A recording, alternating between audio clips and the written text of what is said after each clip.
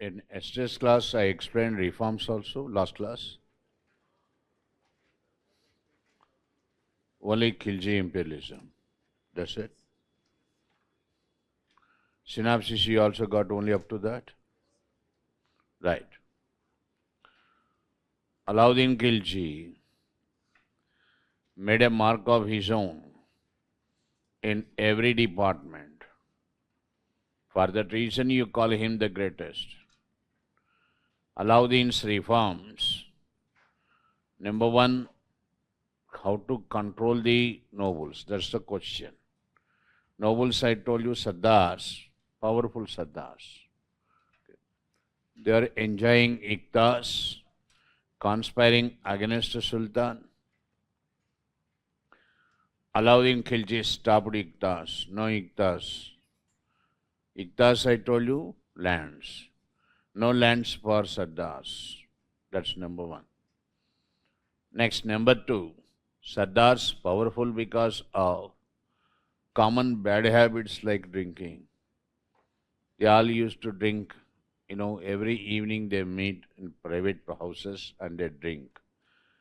That's how they are becoming quite, friendly with each other and powerful. So Alauddin banned this practice of Sardars consuming liquor, public consumption. Next, number three, Sardars going for marriage alliances, matrimonial alliances with one family of Sardars going for matrimonial alliance with the other family. In turn, both will become powerful. That's why all the matrimonial alliances of the Sardars were brought under the scrutiny of the state. If state accepts, then only the marriage takes place. Otherwise, no marriage. Next, Alauddin appointed secret agents called Barids. Secret agents called Muhitsib. Actually, Muhitsibs were royal censor officers. Okay. What do you mean by royal censor officer? Anything that's going against the spirit of Quran, then they will censor it. It's their duty to uphold Quran. Right. Whereas Alauddin used Muhitsib as a spy, secret agent, on the activities of the Sardars. Only under Alauddin, Muhitsibs were secret agents. Mark it important, Muhitsib. Okay. Closely connected with this, Alauddin introduced a series of military reforms. It was during his times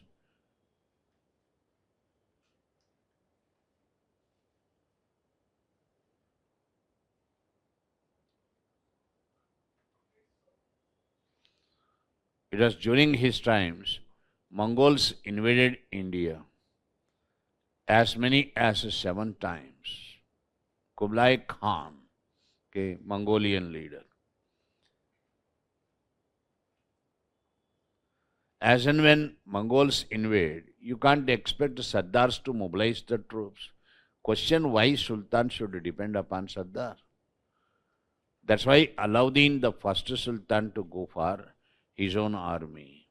Sultan's personal army, private army. He recruited it. He supervised the recruitment personally. He paid them salaries personally. Okay. First Sultan to have a permanent standing army, Alauddin Khilji. It's only merit. Merit the criterion for selection. Alauddin opened service registers. Service registers called Chehra. Chehras means service registers. Today also if you enter into the administration, a register would be opened in your name. How many times you got promotion, your good qualities, your bad qualities, how many times you are suspended, everything would be recorded there. That's called SR, service register. This practice of opening up service register called SRs started with Alauddin. You call them Chehra. Then Alauddin introduced a new system of branding the horse. On back side of the horse, back right side, you see the stamp of the state. Okay. If you see the stamp of the state imprinted there, okay, then that horse is not to be bought and sold. Okay, that belongs to the state. Problem, soldiers used to indulge in malpractices. There are two types of soldiers. Okay. One is Jat.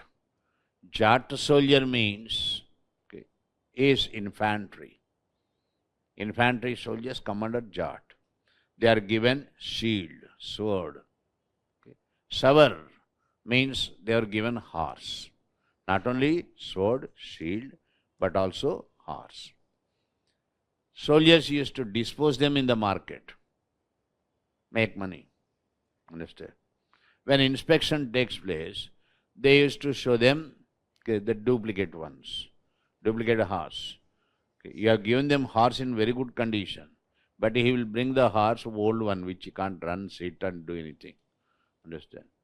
How to check it out? How to say that it is not the horse given? There's no technology at the time. To avoid this small practice, Alauddin Khilji introduced a Dag system. Dag means branding the horse. So you cannot sell it outside in the market. Horse quite costly. Right. Then Alauddin paid salaries for the officers. I mean military officers. No lands, no inams, only salary in the form of cash. How much? 234 tanka. Tanka means silver coin per annum. This salary is quite a meager salary.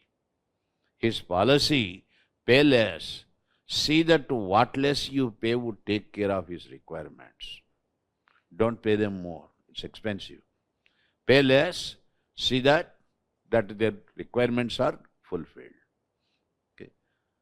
This system of paying salary is called itlaq system. ITALAQ, itlaq. Closely connected with itlaq system, okay, Alauddin decided to go for controlling market prices. You are paying them less. I told you, you should see that their requirements are fulfilled. For that, you have to control the market price. No point in giving 5 lakh rupees a month salary, one coffee to take 500 rupees. Right? So pay less. See that the requirements are fulfilled. For that, you have to control the market prices.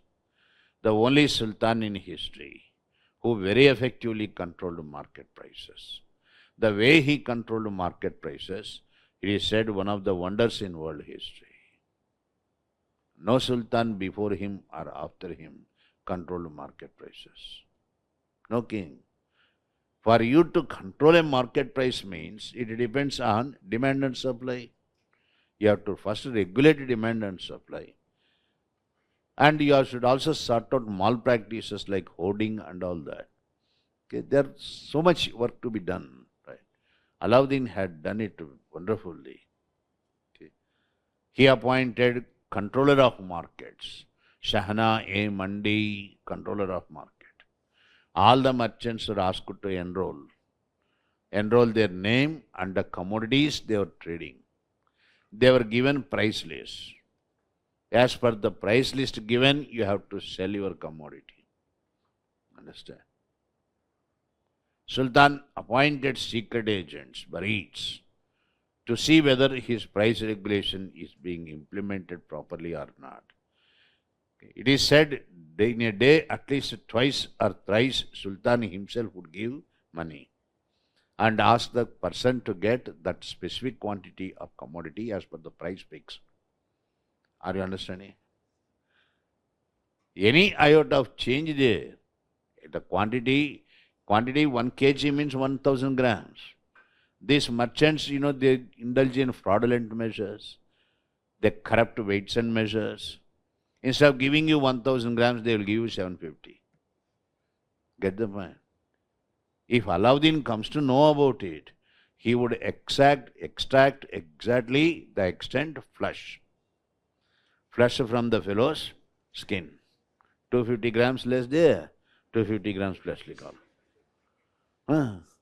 You require one Alauddin for Rajendra Nagar also. Get the point? Dirty stuff we are eating. This third time I have fallen sick today. Okay. What you can't live without eating. You have to eat something or the other. Okay. Contaminated oils. No one to question them. Stale food they serve. पैसे तो बहुत ज्यादा लेते. Horrible stuff. Even you eat little. I am a very poor eater. Even then stomach swells like this. Horrible stuff you eat in Rajendra. Okay. That's why it is time and again said, law not only to be respected, but be feared. Must have the fear of law. Otherwise you can't control these fellows. Understand? Alauddin's market reforms, one of the wonders in the world history. The only Sultan who controlled market prices effectively. He made a mark of his own, particularly in revenue administration. A genius in revenue administration. When it comes to revenue, I mean land tax collection, there are two systems. One is crop sharing. The other one is crop estimation. Crop sharing means Golabakshi, Bhuli, Batai. When I go to revenue administration, I'll tell you all that. They all come under crop sharing. How much your grandfather paid, how much your father paid, and how much you can pay. Crop sharing. Say 1/10. 1/10 your grandfather paid, 1/10 your father paid, you also pay 1/10. Whether crop is bumper, crop failed, we are not bothered. You pay 1/10. This is crop sharing. In crop estimation, fresh assessment would be made for every crop. Every new crop, fresh assessment. How much area of land you have? 10 acres. Of the 10 acres, you cultivated 5 acres. Each acre would give you 30 bags. That means you got 150 bags. Deduct the expenses. 150 bags, 20 bags will go for expenses. You are left with 130. State share 50%. Are you understanding? 50% of 130 bags, that means 65 will go to the state. You mean 50% highest? Yes. Alauddin was the Sultan who collected maximum land tax. How much? 50%. 50. The Indian king who collected maximum land tax was Alauddin Khilji. 50%. Okay. You mean he was the one who collected maximum land tax in Indian history? No. In Indian history, British went one step ahead of Alauddin. Got the point? British collected 55%. You know, in modern India, you are told, in the Raitwari system, the land tax was 55% to 65. If it is dry land, 55. Wetland, 65. Okay. A total disaster in agricultural economy. Okay. I told you, India, world's richest country. Okay. Totally impoverished. Okay. Because of British land revenue policies. So, who collected maximum land tax in Indian history means British. Indian king who collected maximum means Alauddin Khilji. At the same time, Alauddin granted emergency loans. Emergency loans for cultivators called Takavi loans. Takavi, emergency loans. He founded a separate department for the collection of the arrears. All people are not honest and genuine in paying the taxes. Some people would be there defiant or fraudulent. They evade tax. So there is a directorate now constituted to figure them out, whoever that evades the tax, and collect the arrears. Okay. Very advanced Alauddin Khilji. That directorate, enforcement directorate, you call it as Mustaqarin, Diwan-e Mustaqarin, constituted by Alauddin Khilji. Alauddin removed all hereditary officers. No hereditary officers in the revenue administration.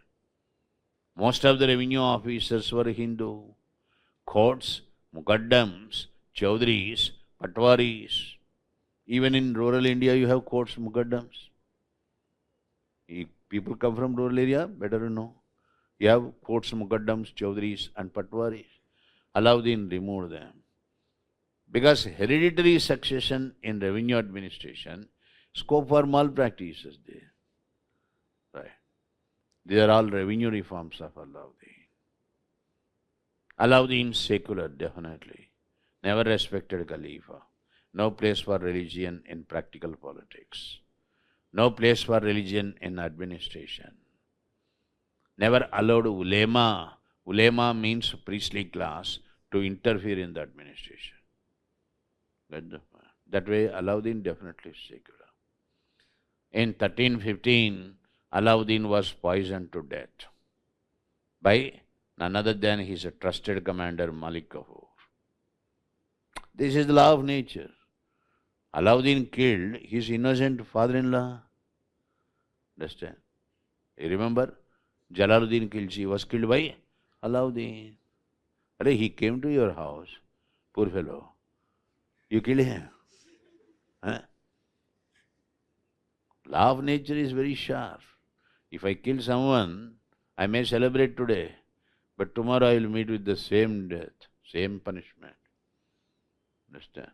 This is karmic law. There is nothing called complaint, punishment there. Everything is recorded, everything will follow. Okay. That's why our elders say, be truthful, be justful in your acts. You may cheat someone, make money and say that I am very smart today. But you may have to forego 10 times more. That would be the law. Understand? Alauddin was poisoned to death by Malik Kafur. Malik Kafur created reign of terror. Malik Kafur killed two sons of Alauddin, Kisra and Shahabuddin. Malik Kafur not fit for married life. Even then the brother married Deval Devi, wife of Kisra. Psychopath. Okay. This is called reign of terror. That's why Alauddin, that's why Malik Kafur, while he was in his deep sleep, he was killed by his own bodyguards. Such was the anarchy Malik Kafur created. Reign of terror. Now Mubarak Khilji came to power. The last of the Khiljis, Mubarak Khilji. Very arrogant Mubarak. He declared himself Khalifa. Khalifa, I am Khalifa. Understand? There's a question in UPSC. Sultan who declared himself Khalifa. It was Mubarak Khilji. Mubarak Khilji promoted a Hindu converted into Islam, Nasiruddin Khusro. Khusro, a Hindu, converted into Islam. Khusro was made Wazir. Wazir means Prime Minister. This Khusro fellow killed Mubarak Khilji. Get the point? Khusro killed Mubarak, came to power with the title Khusro Shah. The moment he sat on the throne of Delhi, he ordered for installing idols in mosques. Hindu converted, so that the Hindu tinge is still there. Ordered for installing idols in mosques. Okay. That's why Tughlaqs revolted. Islam in danger. Hindu converted, ordered for installing idols in mosques. Tughlaqs revolted under the leadership of Ghazi Malik. Ghazi means fighter. Ghazi Malik Ghiyazuddin Tughlaq. Okay. They entered the city Delhi, Tughlaqs. They killed Nasiruddin Khusro. That's how Tughlaq dynasty was founded. Clear? Take a note.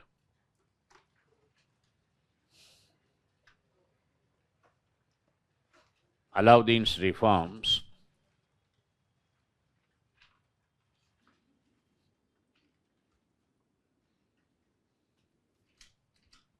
Alauddin's reforms.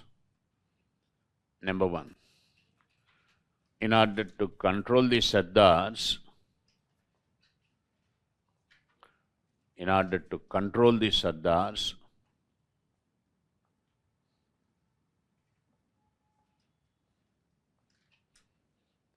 Alauddin stopped Iqta system.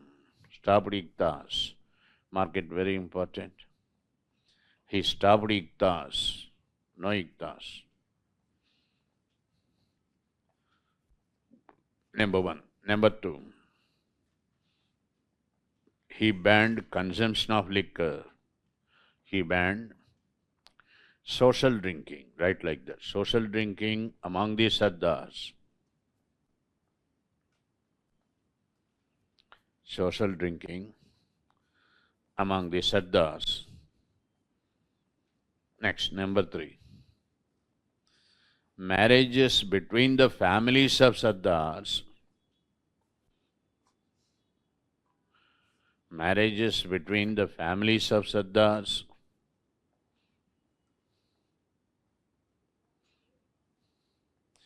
were subjected to the approval of the state, were scrutinized, were subjected to the approval of the state.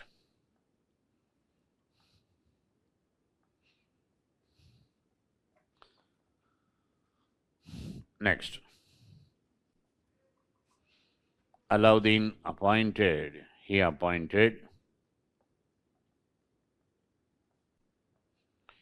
secret agents called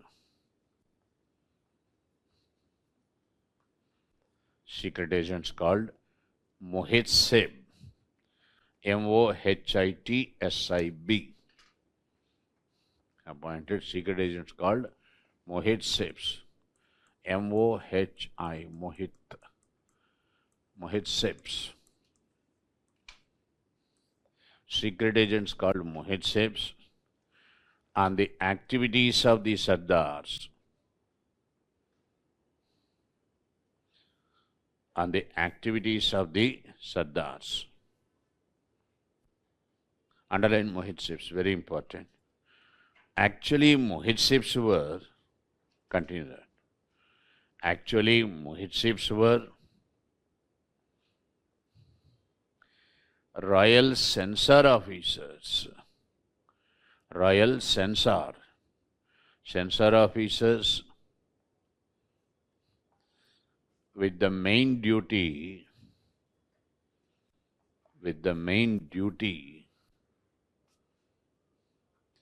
to implement the principles of Quran, implement the principles of the Holy Quran.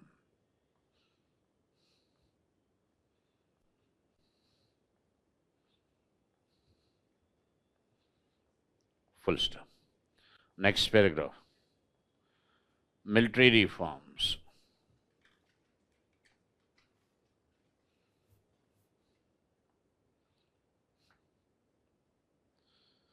Mongols invaded India. Mongols invaded India as many as 7 times. As many as 7 times.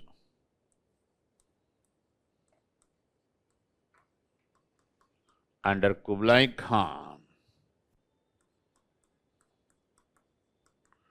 Under Kublai Khan.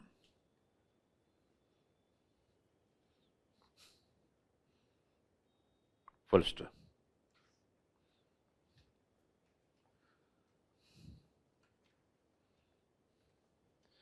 To effectively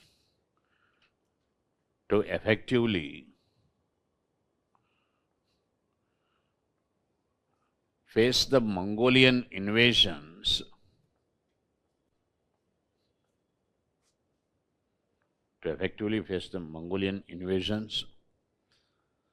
Alauddin decided to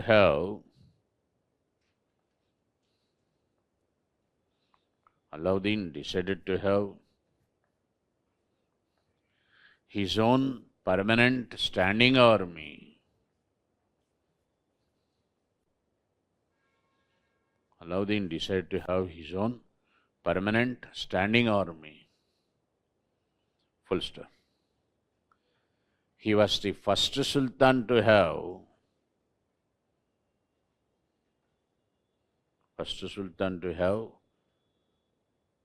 a regular army of his own. Mark it important.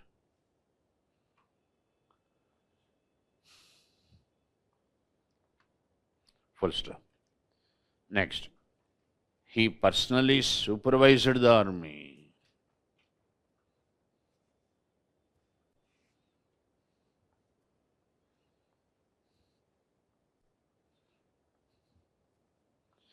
Comma. Paid them salary.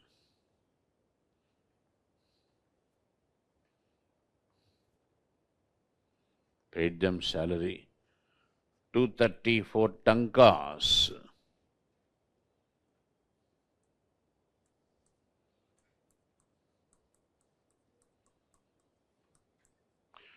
Per annum, per year.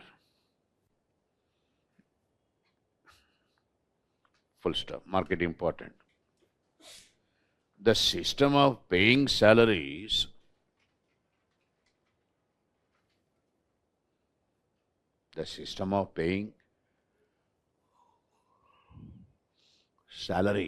is called itlaq system.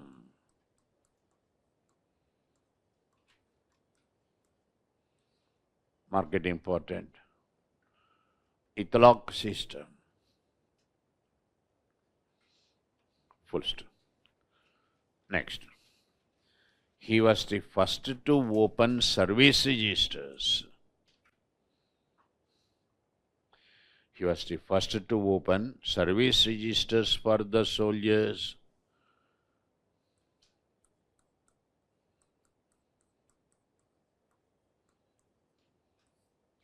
Service registers to the soldiers called chehras.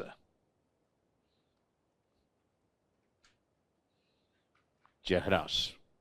Underline chehras.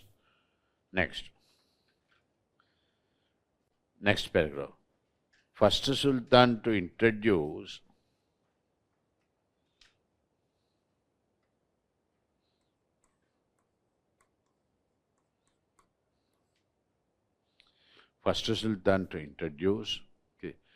a system of branding the horses. A system of branding the horses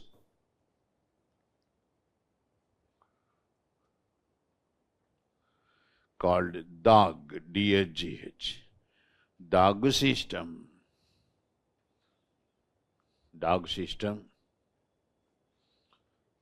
Underline Dag system, so as to avoid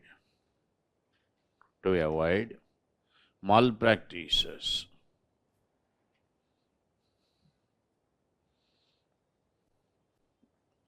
Malpractices like duplicating. Malpractices was that. Full stop. Next, give the subheading market reforms.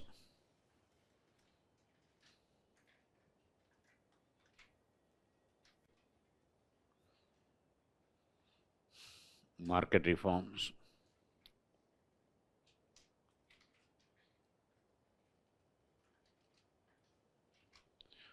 He was the only Sultan to control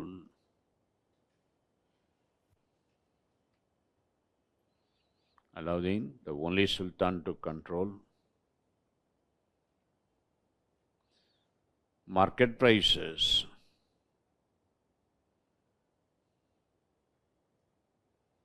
in the history of mankind.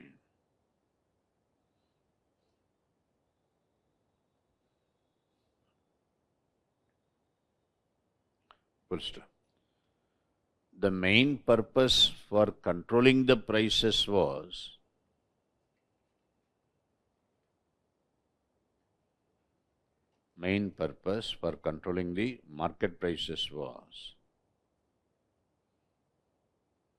to maintain his permanent standing army.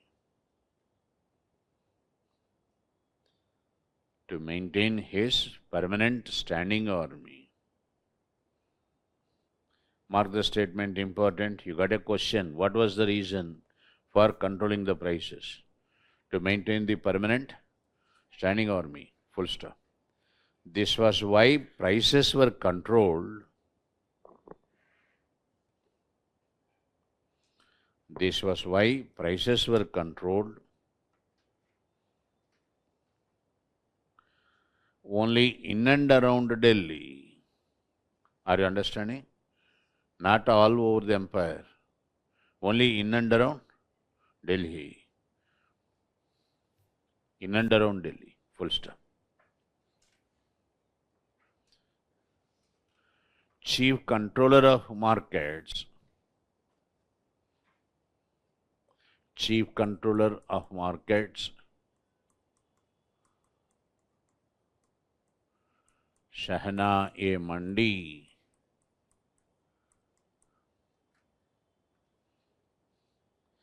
And secret agents called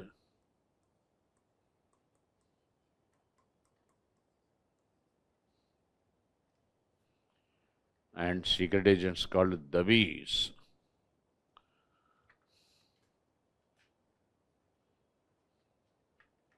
were appointed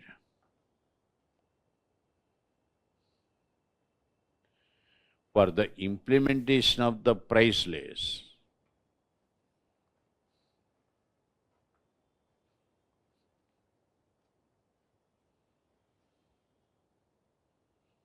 No, secret agent is not David, Barid. I'm damn sorry. It's secret agents called Barids.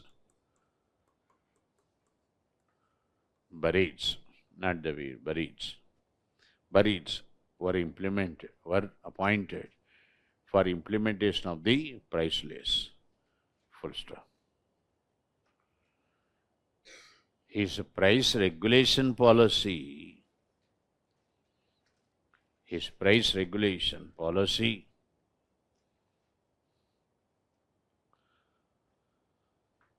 was regarded as one of the wonders in the world history. Was regarded as one of the wonders in world history.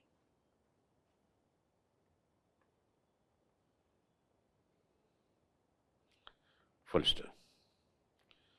Next, give the subheading Revenue Reforms.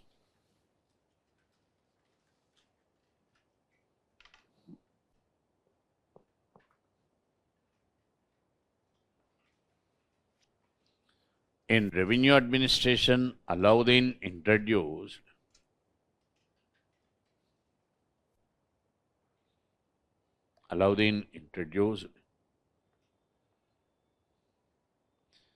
a new assessment method.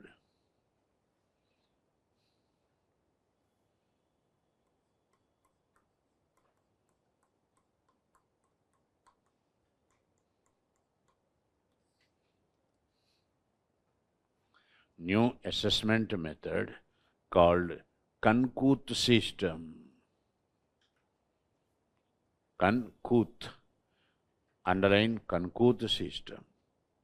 Kankut system within brackets. Grain estimation method. Kan means grain. Kut means estimation. Grain estimation method. Underline Kankut system. Within brackets, grain estimation method. Okay. Under the system,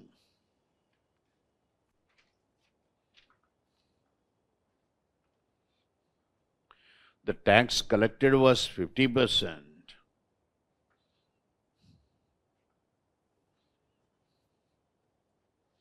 Tax collected was 50%. Full stop.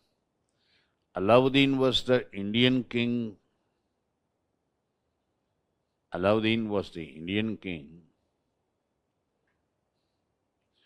who collected maximum tax.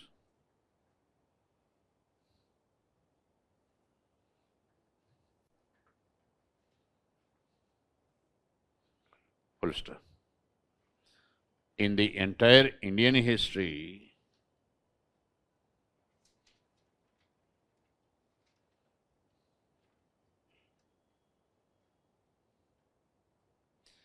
British collected maximum tax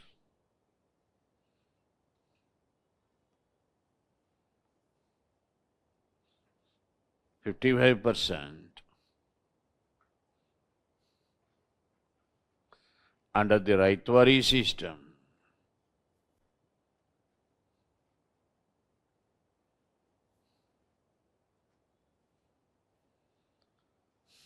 Full stop. Next. He founded a separate department. Alauddin founded a separate department called Diwan-e-Khairat,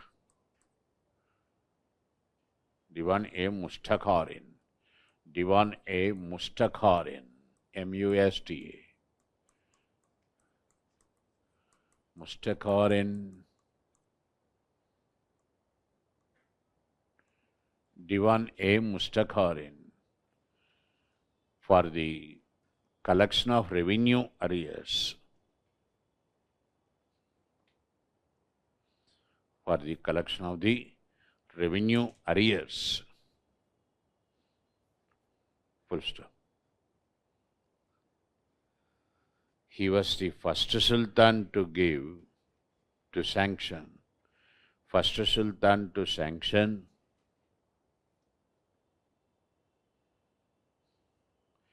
emergency loans called Takkavi.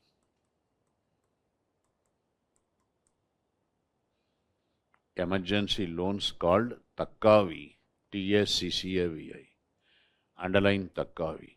Mark it important. Every statement important on Alauddin Khilji. Reforms particularly. Next.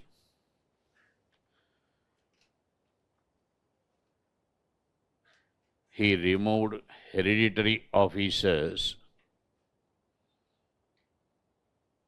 He removed the hereditary officers in the revenue administration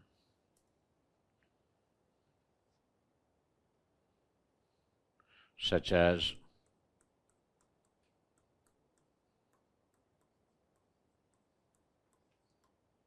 courts, mukaddams,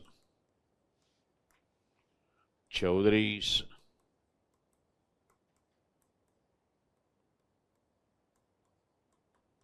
and patwaris.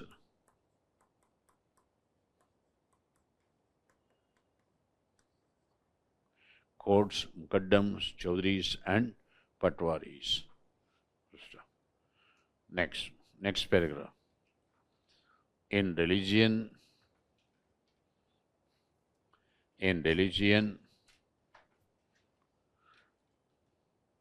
Alauddin Khilji, secular, never paid respects or never accepted Khalifa. Never paid respects to Khalifa. Full stop. Never allowed ulema. Never allowed ulema. Ulema. Ulema means priest. Ulema to interfere in the administration.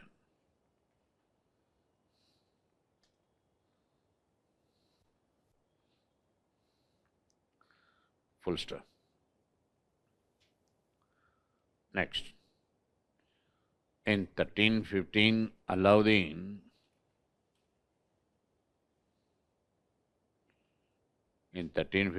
he was poisoned to death. Alauddin was poisoned to death by Malik Kafur. Malik, M-A-L-I-K, Kafur, K-A-F-U-R. Malik Kafur. Full stop. Malik Kafur killed two sons of Alauddin.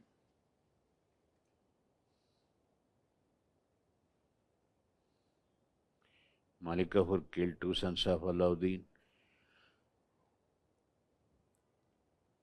and created a reign of terror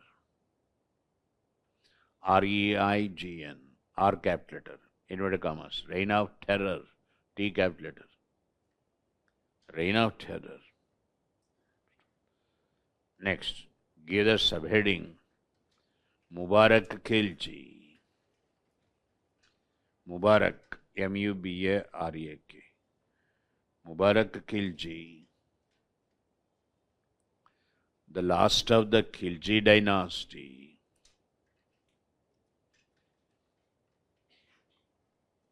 Mubarak Khilji, the last of the Khilji dynasty.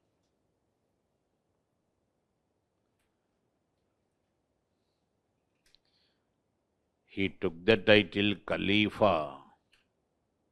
Mark it important. The Sultan who took the title Khalifa, Mubarak Khilji, he took the title Khalifa, K-H-A-L-I-F-A, Khalifa, full stop. He was killed by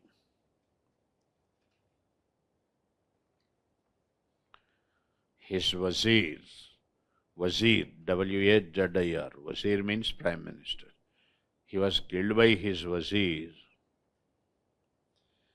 Nasiruddin Khusro.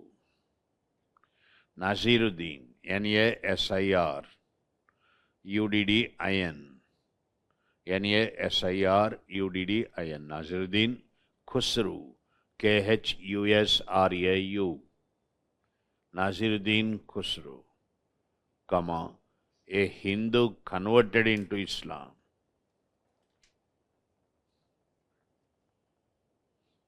A Hindu converted into Islam. Full stop. He came to power with the title, Nasiruddin Khusro came to power with the title Khusro Shah. He came to power with the title Khusro Shah, S-H-A-H, Khusro Shah, and ordered for installing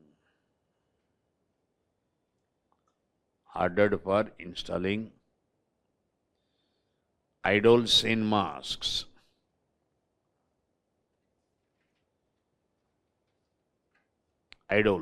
Idols in mosques. Full stop. He was killed by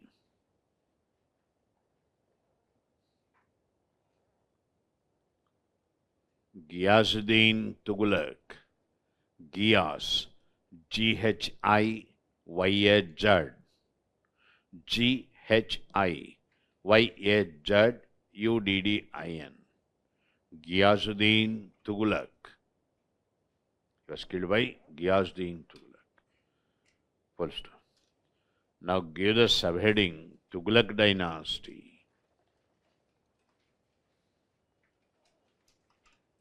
Tughlaq dynasty, 1320, 1320 to 1414, 1414. Right. Now listen.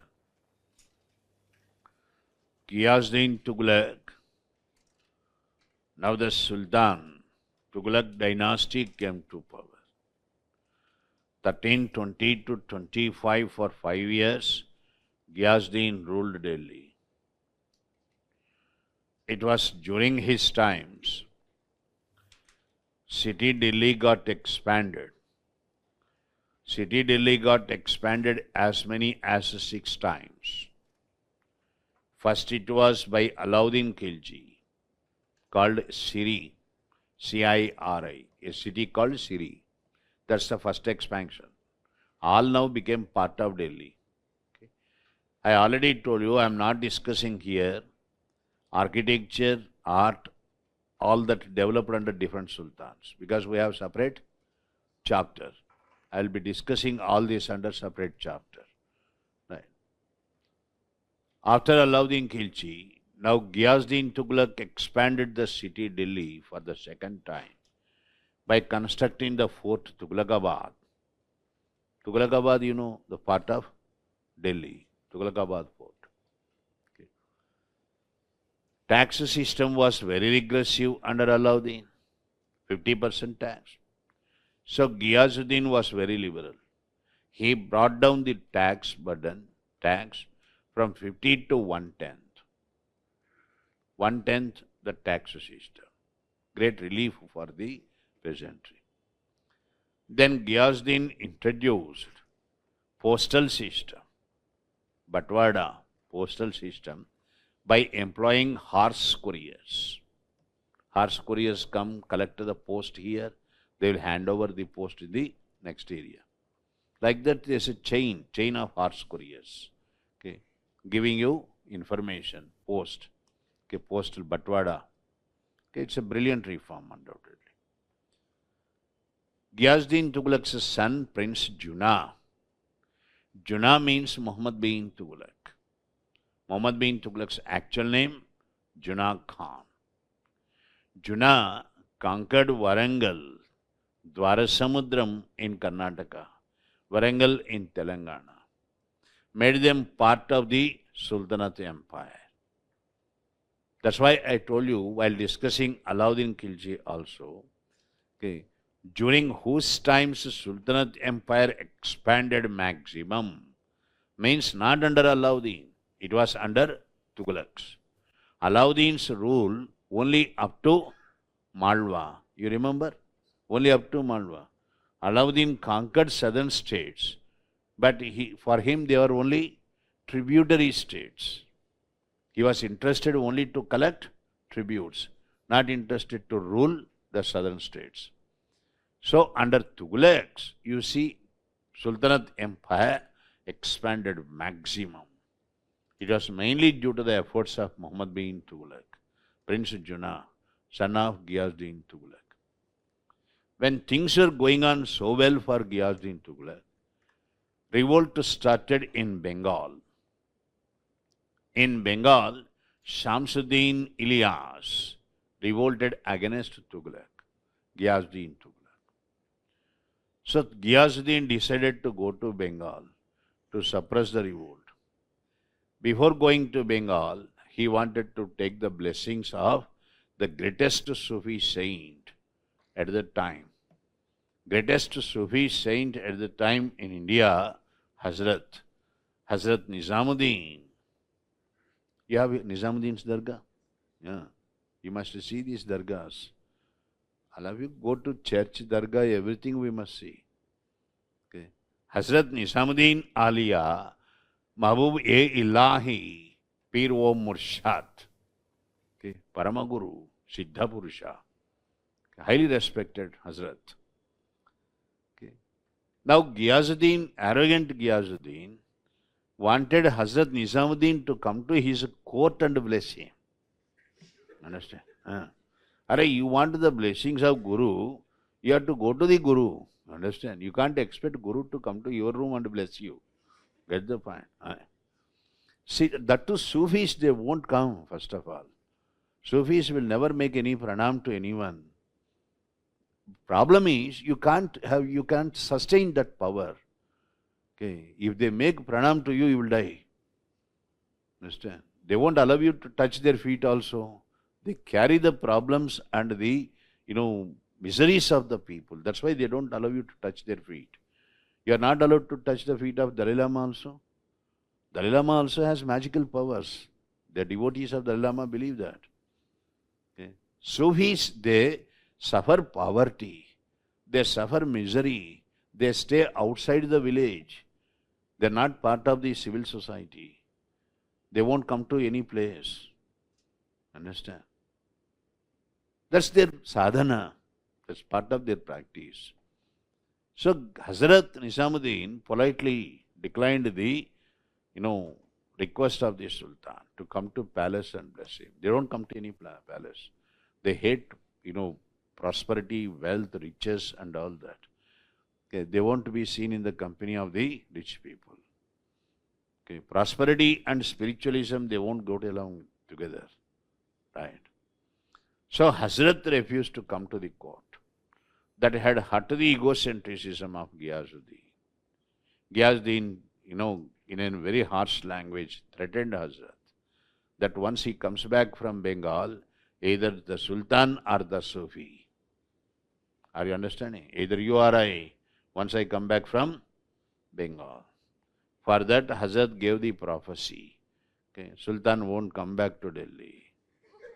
Okay, you will go to Bengal. Let's see what will come. What will happen once you come back. First you go to Bengal. Understand? Sultan went to Bengal, suppressed the revolt there. While Sultan was entering the city Delhi, in the outskirts of the Delhi, Jinnah organized an elephant fighting show to entertain the Sultan. Poor fellow was stamped to death. Okay. Diyazuddin was stamped to death by an elephant. Okay. That's what is the prophecy of Nizamuddin. You can't enter the city Delhi. Sultan, you have main problem. Okay. Now Jinnah came to power, titled Muhammad bin Tughlaq. The most controversial Sultan in history, Muhammad bin Tughlaq. He has his admirers and adversaries. His admirers, yes. Muhammad bin Tughlaq, the most enlightened of all the Delhi Sultans, a prolific scholar in Persian, Arabic languages, mathematics, natural sciences, theology. His proficiency was such that experts won't dare discuss in his presence. Okay. Man of remarkable caliber. He would write dictionaries. You are writing dictionary means what? You know everything about the subject. Muhammad bin Tughlaq, an excellent lexicographer. Understand? Man with prodigious memory. You can't find fault with his memory. Extraordinary qualities. But unfortunately, this is the one side. The other side is what? No common sense. Understand? Practical sense of judgment.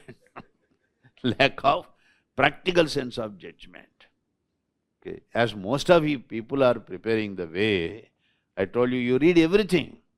वो पढ़ता मैं, वो भी पढ़ता हूँ, वो भी आता है, new material, वो भी देखता हूँ, देख लो. Finally, you will mess up everything. Get the point? That's why I told you in the very first class, read less. Okay. 2-3 textbooks, maximum standard. Think more. Application of mind is more important in civils. What can you write within 8 minutes, you please tell me? UPSC is not opening the doors to show your proficiency there. Understand? 150 words, what will you write? Okay. Muhammad bin Tughlaq's problem, too well-read a person. When too well-read a person means, the problem with them, they don't know where to begin and where to end. Isn't it? Okay. That too, he has contempt for mediocre.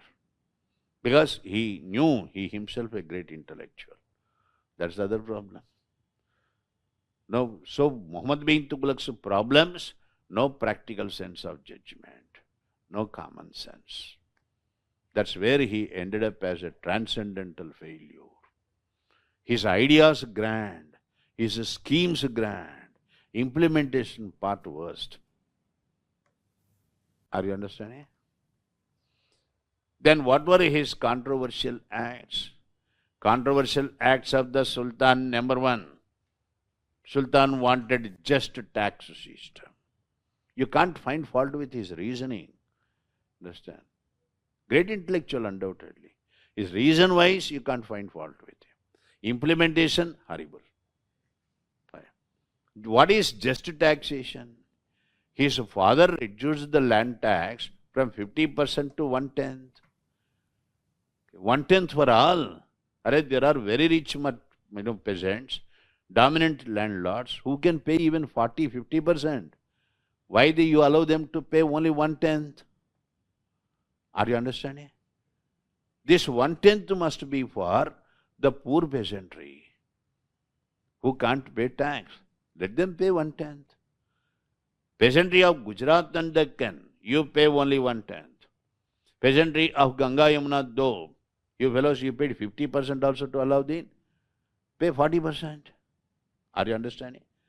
This is the policy of Muhammad bin Tughlaq. Just taxation means tax according to the ability. Okay, you can pay 40%. Unfortunately, that particular year when he introduced the reforms, crops failed. The most unfortunate Sultan. Nature not cooperated with him. His own friends cheated him. People cheated him. Okay. Everywhere he was taken for granted. That particular year, crops failed. Whereas the Sultan was not for his first reform to go down as a failure. He instructed Amils, tax collectors, to be ruthless in collecting 40%. Collect 40% from the peasantry of Ganga Yamuna. Alright, crops failed, doesn't matter, pay. Understand? The first controversial act of the Sultan that made him unpopular was collecting land tax, 40%, in spite of the failure of the crops. Sultan became unpopular. People were cursing the Sultan. This had gone to the notice of Muhammad bin Tughlaq. So Tughlaq decided to punish the people. You are cursing me? Okay, punishment. Okay. Controversial act number 2, Sultan ordered for people of Delhi to vacate Delhi and to go to Daulatabad, shifting capital city.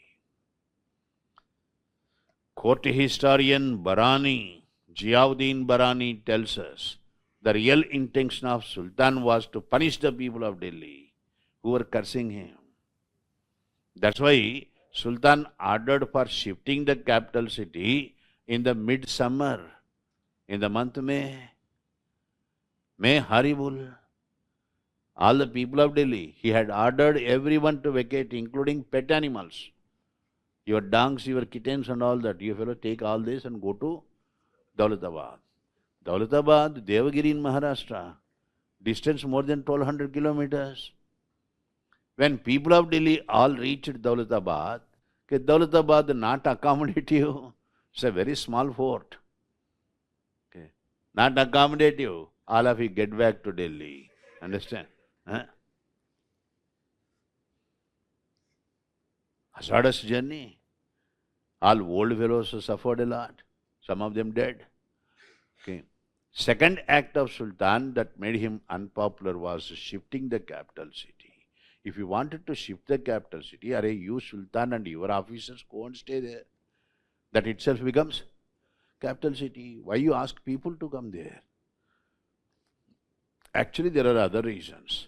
Other reasons for Muhammad bin Tughlaq, Delhi is not ideal to be the capital city. Okay. I must say the first Sultan who applied his brains and understood. This place is not an ideal for capital city. Quite nearer to borders. Capital city shall not be nearer to borders. Every day morning you see Mongol fellow there. Huh? Mongol. Huh? Capital city nearer to the border. Capital city must be centrally located. Right. India may threaten Pak. You Pakis will finish you in 5 minutes. Understand? If not 5 minutes, Pak can as well finish us in 8 minutes. Distance between Delhi to Lahore is the same distance between Lahore to Delhi. Distance cannot be different, right? Okay. Capital city shall not be nearer to border. He applied his reason. That's why I say you cannot find fault with his reasoning.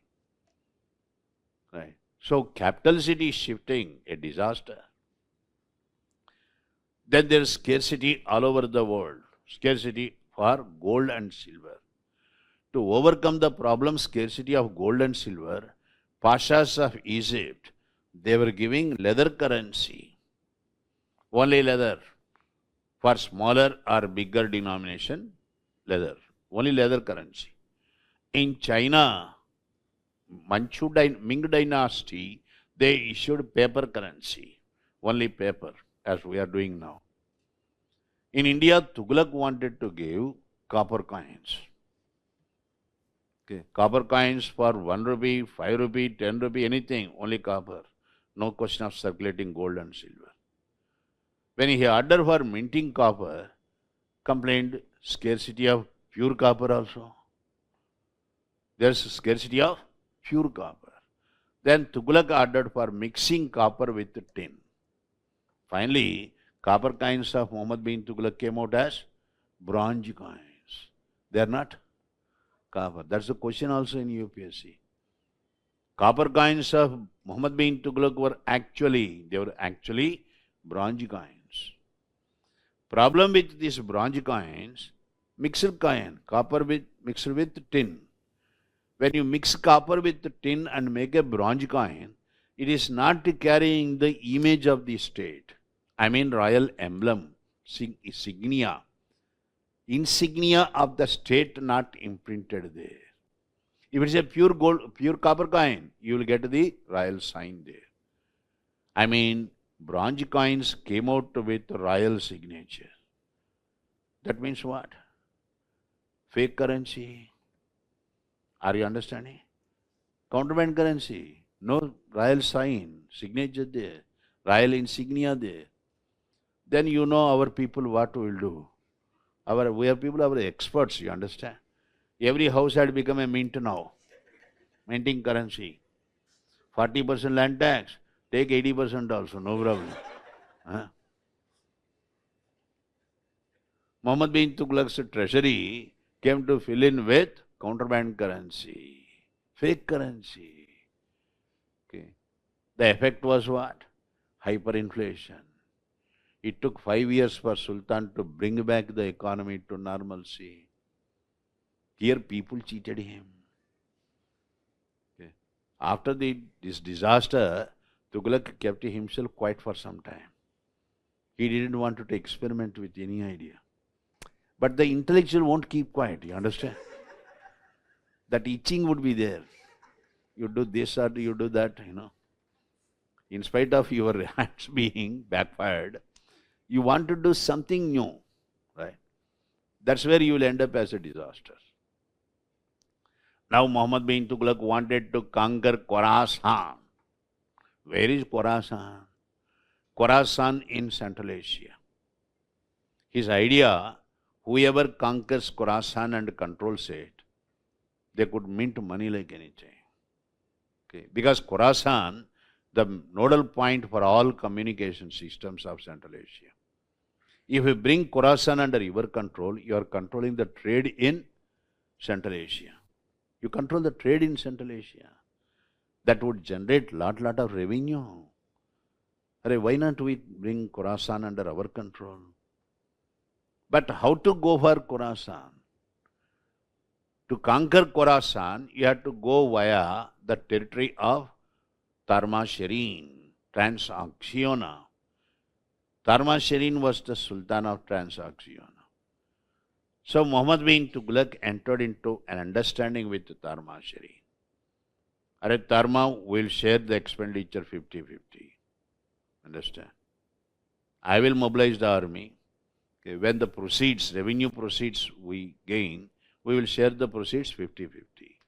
Allow our army to pass through your territory and occupy Khorasan. This is the understanding. Tarmasherin agreed. On that basis, Muhammad bin Tughlaq recruited 360,000 army, paid them advanced salaries, got them well trained. They are all waiting for the green signal from Tarma. In the last moment, Tarma fellow backed out. Tughlaq bhai, sorry, we are not supporting you. Understand? Then what to do with this 360,000 army? You gave them salaries also. Got the point? Now Muhammad bin Tughlaq asked this 360,000 army to go to Himalayas. When Jamindar of Kauman had not been paying land tax for a long time, you fellows all go to Himalayas and make the Jamindar to pay the tax. This 360,000 army went to Himalayas, met with a disaster. Understand? Only 56 soldiers came back to tell Sultan what happened. Himalayan blunder. These are all controversial acts of the Sultan. What can you make out here? Sultan had no practical sense of judgment. That's why Stanley Walpole called Muhammad bin Tughlaq the wisest fool in the Christendom. Wisest fool. Very well-read fool. Understand? Not ordinary fool. Extraordinary fool. This is one side of Muhammad bin Tughlaq.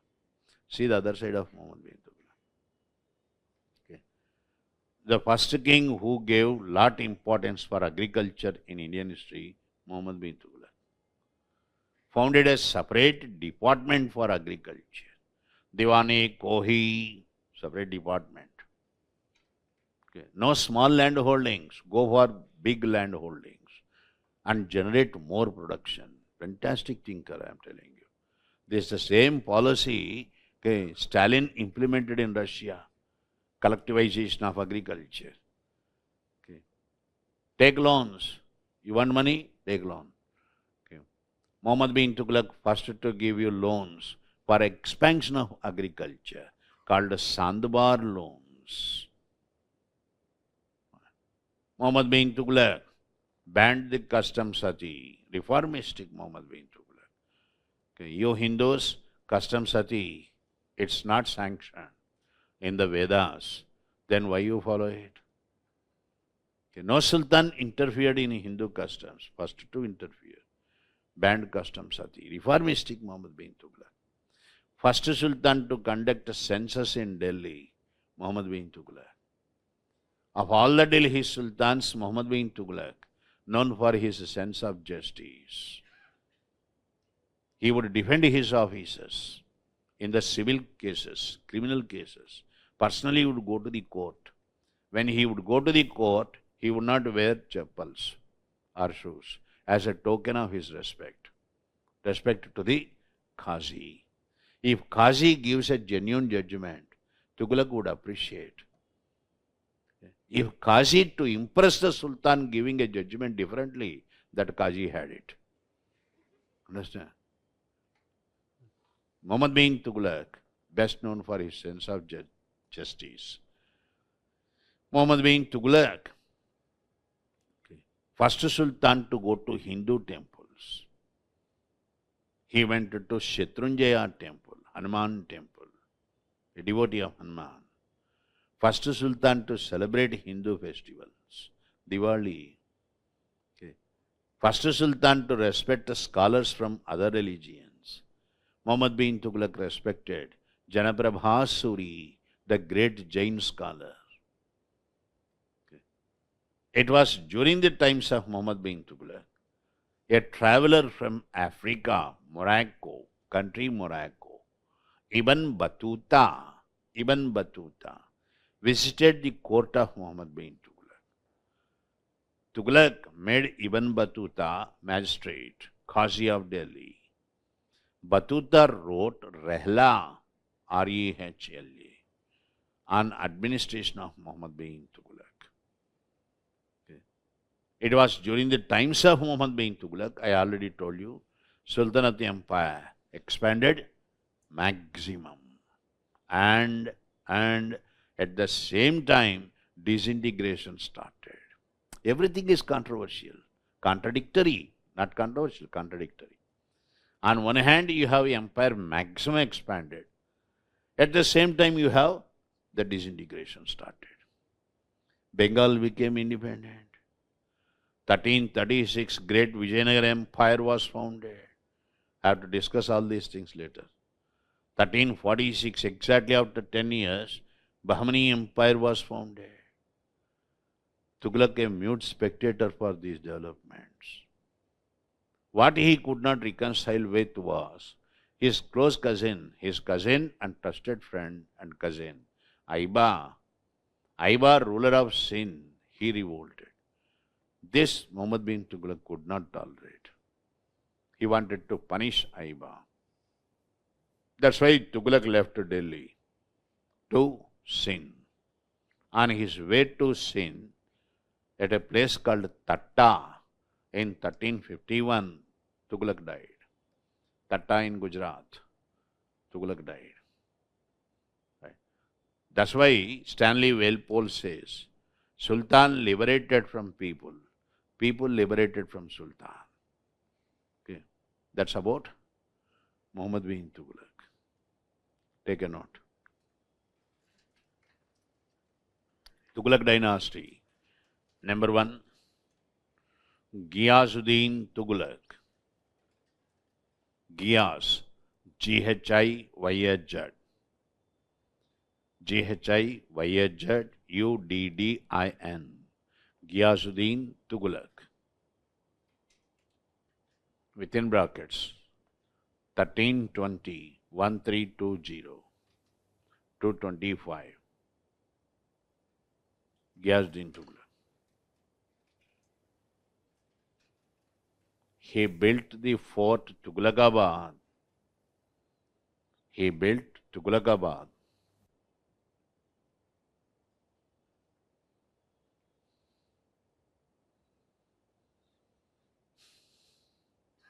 He reduced the land tax.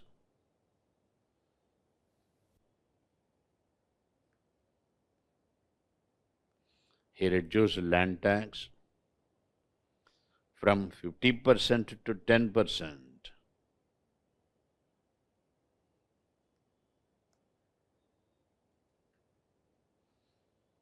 50% to 10%. Full stop. Next. He was the first to introduce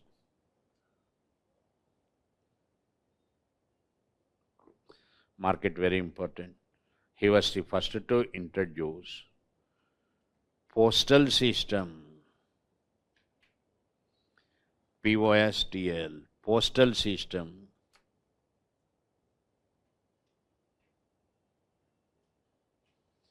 by employing horse couriers. You recollect what all I explained and write. He was the first to introduce postal system by employing horse courier, C-O-U-R-I-E-R, couriers, horse couriers, full stop. Next.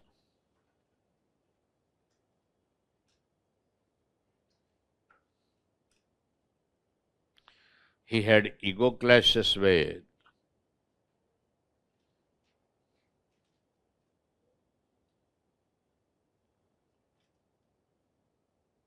greatest Sufi saint,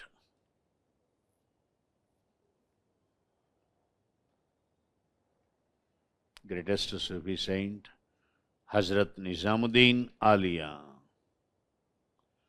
Hazrat Nizamuddin Alia, A-U-L-I-Y. Full stop. Now give the subheading, Muhammad bin Tughlaq.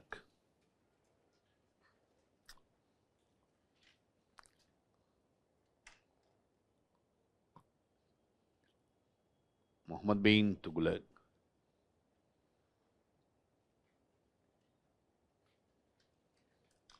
His actual name,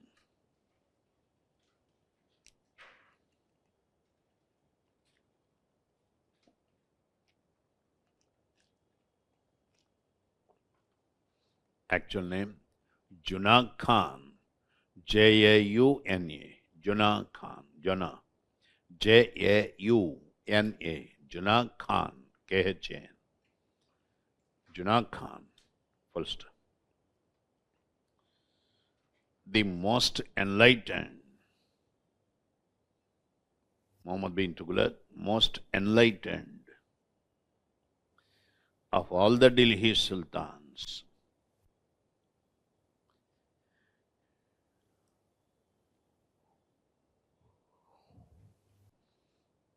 Full stop. Great scholar in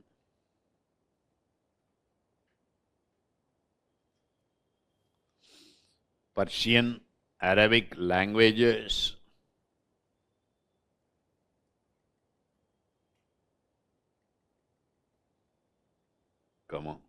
theology, that is religious studies, theology, mathematics, and natural sciences.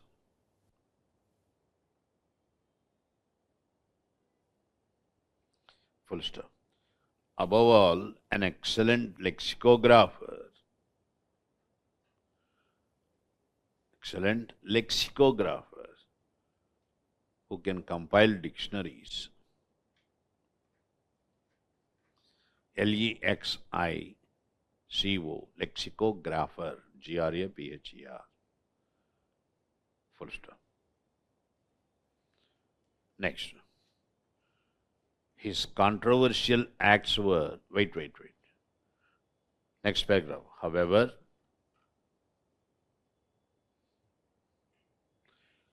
he was a transcendental failure.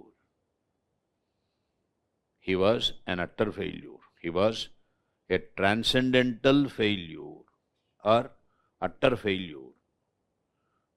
Utter failure for the reason he lacked common sense. He lacked common sense and practical sense of judgment.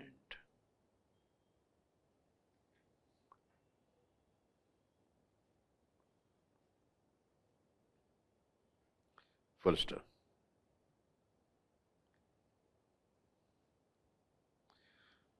Next paragraph. His controversial acts were, underline controversial acts. His controversial acts were, semicolon number 1. His controversial acts were collecting 40% land tax,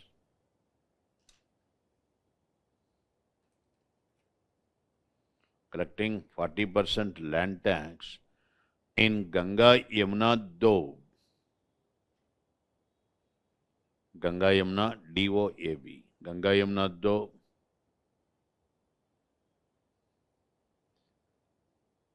Even when crops failed. Even when crops, CROP, crops failed. Next paragraph. Shifted the capital city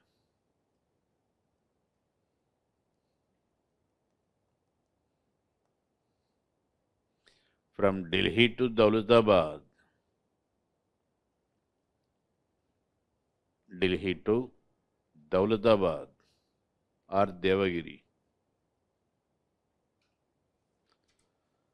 Full stop. Same paragraph. According to Barani, court poet Barani, Barani, Ziauddin Barani. According to Barani, Sultan's main purpose was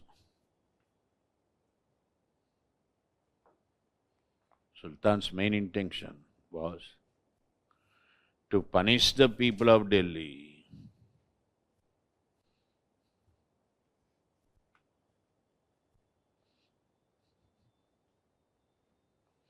To punish the people of Delhi. Full stop. Next paragraph. Sultan ordered for, next paragraph, Sultan ordered for minting copper coins. Minting copper coins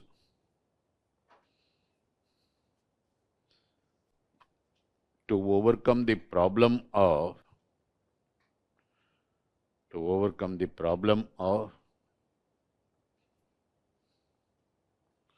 shortage of gold and silver.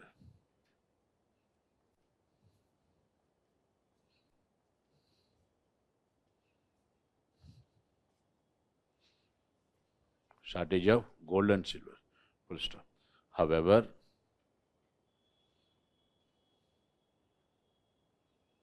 copper coins of the Sultan were Copper coins were actually bronze. Copper coins were actually bronze coins. Mark it important. Copper coins were actually bronze coins. And that too without royal sign. And that too without royal sign.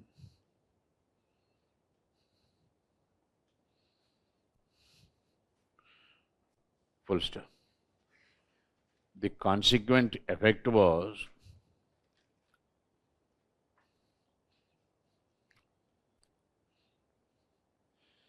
contraband currency, fake currency entered.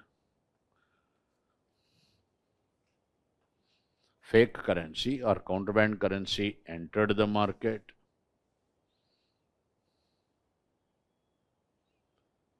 And hyperinflation took place. HYPER. And hyperinflation took place. Next paragraph. The last controversial act was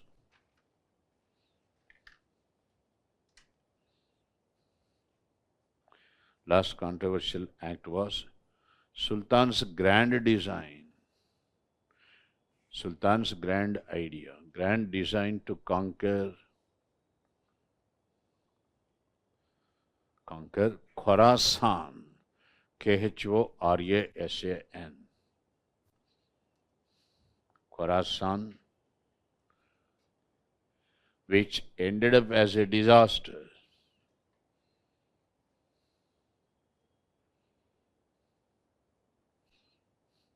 Full stop.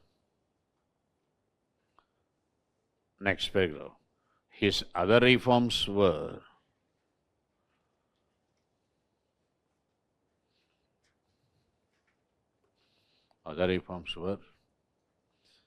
he was the first Sultan to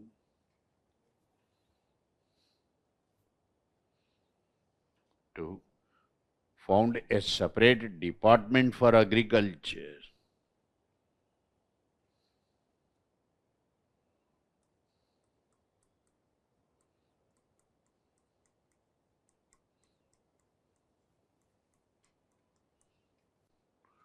Separate department for agriculture called Diwan-e-Kohi. Underline Diwan-e-Kohi. Full stop. First Sultan to sanction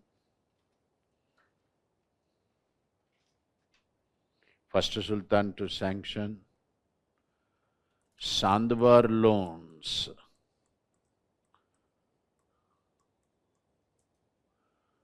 Sandbar loans, underline Sandbar.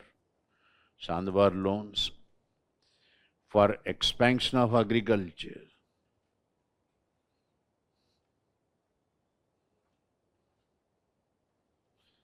Next. First Sultan to conduct census. First to conduct census in Delhi.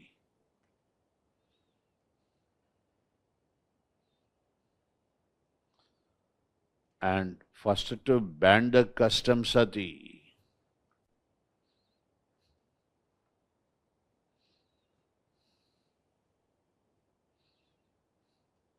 Full stop. Next. First Sultan to visit Hindu temples.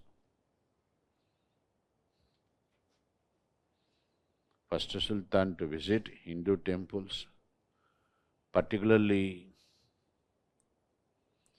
Shatrunjaya temple, Hanuman temple, Shatrunjaya within brackets, Hanuman temple, comma. First to celebrate Hindu festival Diwali, first to celebrate festival Diwali.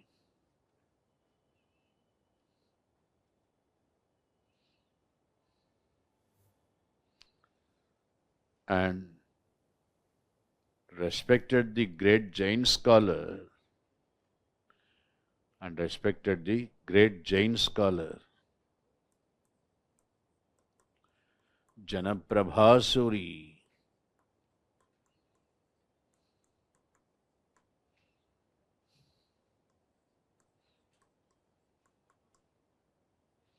Janaprabha Suri, full stop.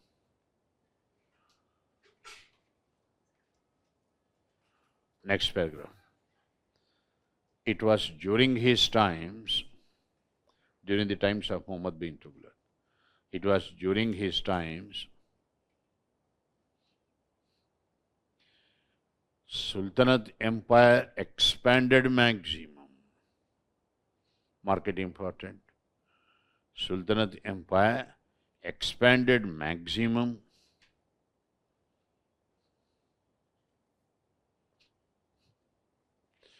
and at the same time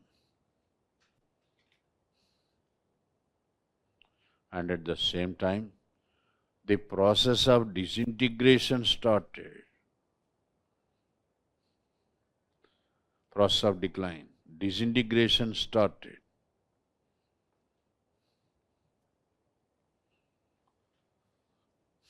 Full stop. In 1336,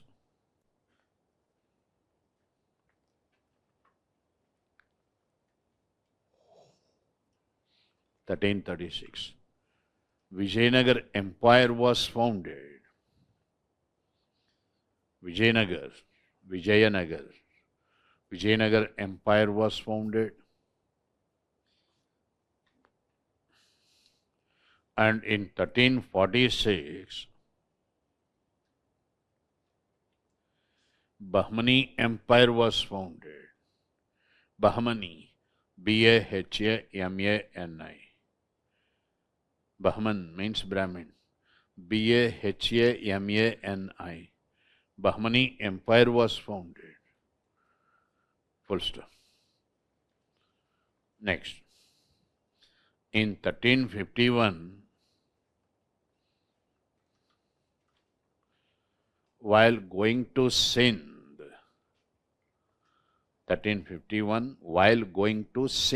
S-I-N-D, Sindh, Tughlaq died at a place called Tatta.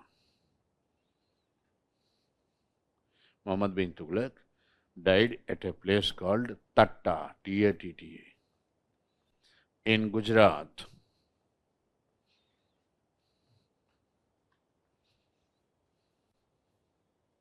Tatta in Gujarat. Full stop. Right. Now listen. What's time? Is it time for your break? What's time? It's okay. We are still have enough time. Now, when Muhammad bin Tughlaq died, Muhammad bin Tughlaq had no sons, successors. So Sardars invited Firoz Shah Tughlaq. Firoz, cousin of Muhammad bin Tughlaq. Firoz was born to a Hindu mother. His mother, daughter of Rana Ranmal of Abohar, a Rajput woman. Firoz Shah Tughlaq was a second sultan born to a Hindu mother. You mean already we had one sultan born to a Hindu mother? Yes. Alauddin Khilji and Kamla Devi, their son Shahabuddin, killed by Malik Kafur. Shahabuddin was the first sultan born to a Hindu mother. Now Firoz Shah Tughlaq, born to a Hindu mother. Secondly, Firoz Shah Tughlaq, second sultan to come to power when father was alive. His father, Raja, was very much alive when Firoz came to power. Even though born to a Hindu mother, Firoz acted highly conservative, acted as a fanatic. Firoz was a fanatic and conservative sultan. Wherever he went, he destroyed Hindu temples there. Particularly, he targeted Brahmin community. Now, Firoz, the moment he came to power, he abolished additional taxes. There are additional taxes called abwabs. Abwab. All additional taxes abolished. Okay. He collected only 4 taxes sanctioned by Quran. These 4 taxes: khams, kharas, zakat and jizya. Khams, when you go for war, when you win the war, you share the spoils of the war. In sharing the spoils of the war, 1/5 should go to the Sultan. Are you understanding? You remember Alauddin not paid that? I told you, 1/5 you must pay to the Sultan. That 1/5 portion is called khams. Khams. You are getting questions on this nature of taxes, very important. Khams. Then what is kharas? Kharas, land tax. Okay. Here, kharas is not very clearly defined. Okay. First it was exempted for Muslims because it's Islamic state. In the Islamic state, Muslims are regarded as first-grade citizens. All rights and privileges first for Muslims. You are not a Muslim, you are a second-grade citizen. So, Hindus were made to pay the land tax, called kharaj. After a while, Muslims were also asked to pay the tax. So, don't say that kharaj means only the land tax paid by the Hindus. Even Muslims pay the land tax. Okay. When it comes to paying the tax, generally Muslims were asked to pay what the Hindus pay, half of what the Hindus pay. Are you understanding? Muslims were also to pay kharas, but Muslims would pay only half of what the Hindus pay. Right? Then the tax is called ushar. U-S-H-R, ushar. Okay. Ushar you can say. Ushar you can say the tax paid by the Hindus. Kharas, land tax paid by the Muslims. Generally kharas would be half of what the Hindus pay. Are you clear? Are you clear? Before this I said Muslims had exemption. But afterwards they were also made to pay the land tax. So kharas, the land tax, basically land tax. If it is paid by non-Muslim, Hindu, then ushar. Okay. Muslims paying half of what the non-Muslims pay, Hindus pay, kharas. Then zakat. What is zakat? Charity tax. Right. This zakat, 2 to 2.5% of your annual income. You give it for charity. Okay. Muslims have madrasas, education centers. Okay. Darul Shamas, that means hospitals. You run these institutes. For the maintenance of them, you have to give donation, liberal donation. Zakat, 2 to 2.5% of your annual income. Then jizya. What is jizya? I would have told you this when I gave you an understanding on Arab conquest of Sind. If you remember, Arabs conquered Sind, 712. When Arabs conquered Sind, jizya was collected for the first time in Indian history in Sind. Right. Then what was jizya? Jizya, a religious tax on all the non-Muslims in the Islamic state. According to Quran, you are a Musliman. You believe in existence of God. So you are Musliman. Right. For Muslims, only Islam and only the Haqq, only the Allah the Creator. If you are believing in some other God, okay, then you are not a Muslim. Are you getting the point? So you non-Muslims, you pay the tax. Actually, you have no right to live. Okay. Choice is between Islam and death. Are you understanding? Actually, Holy Quran would never say that. Problem is with the interpreters. I already told you.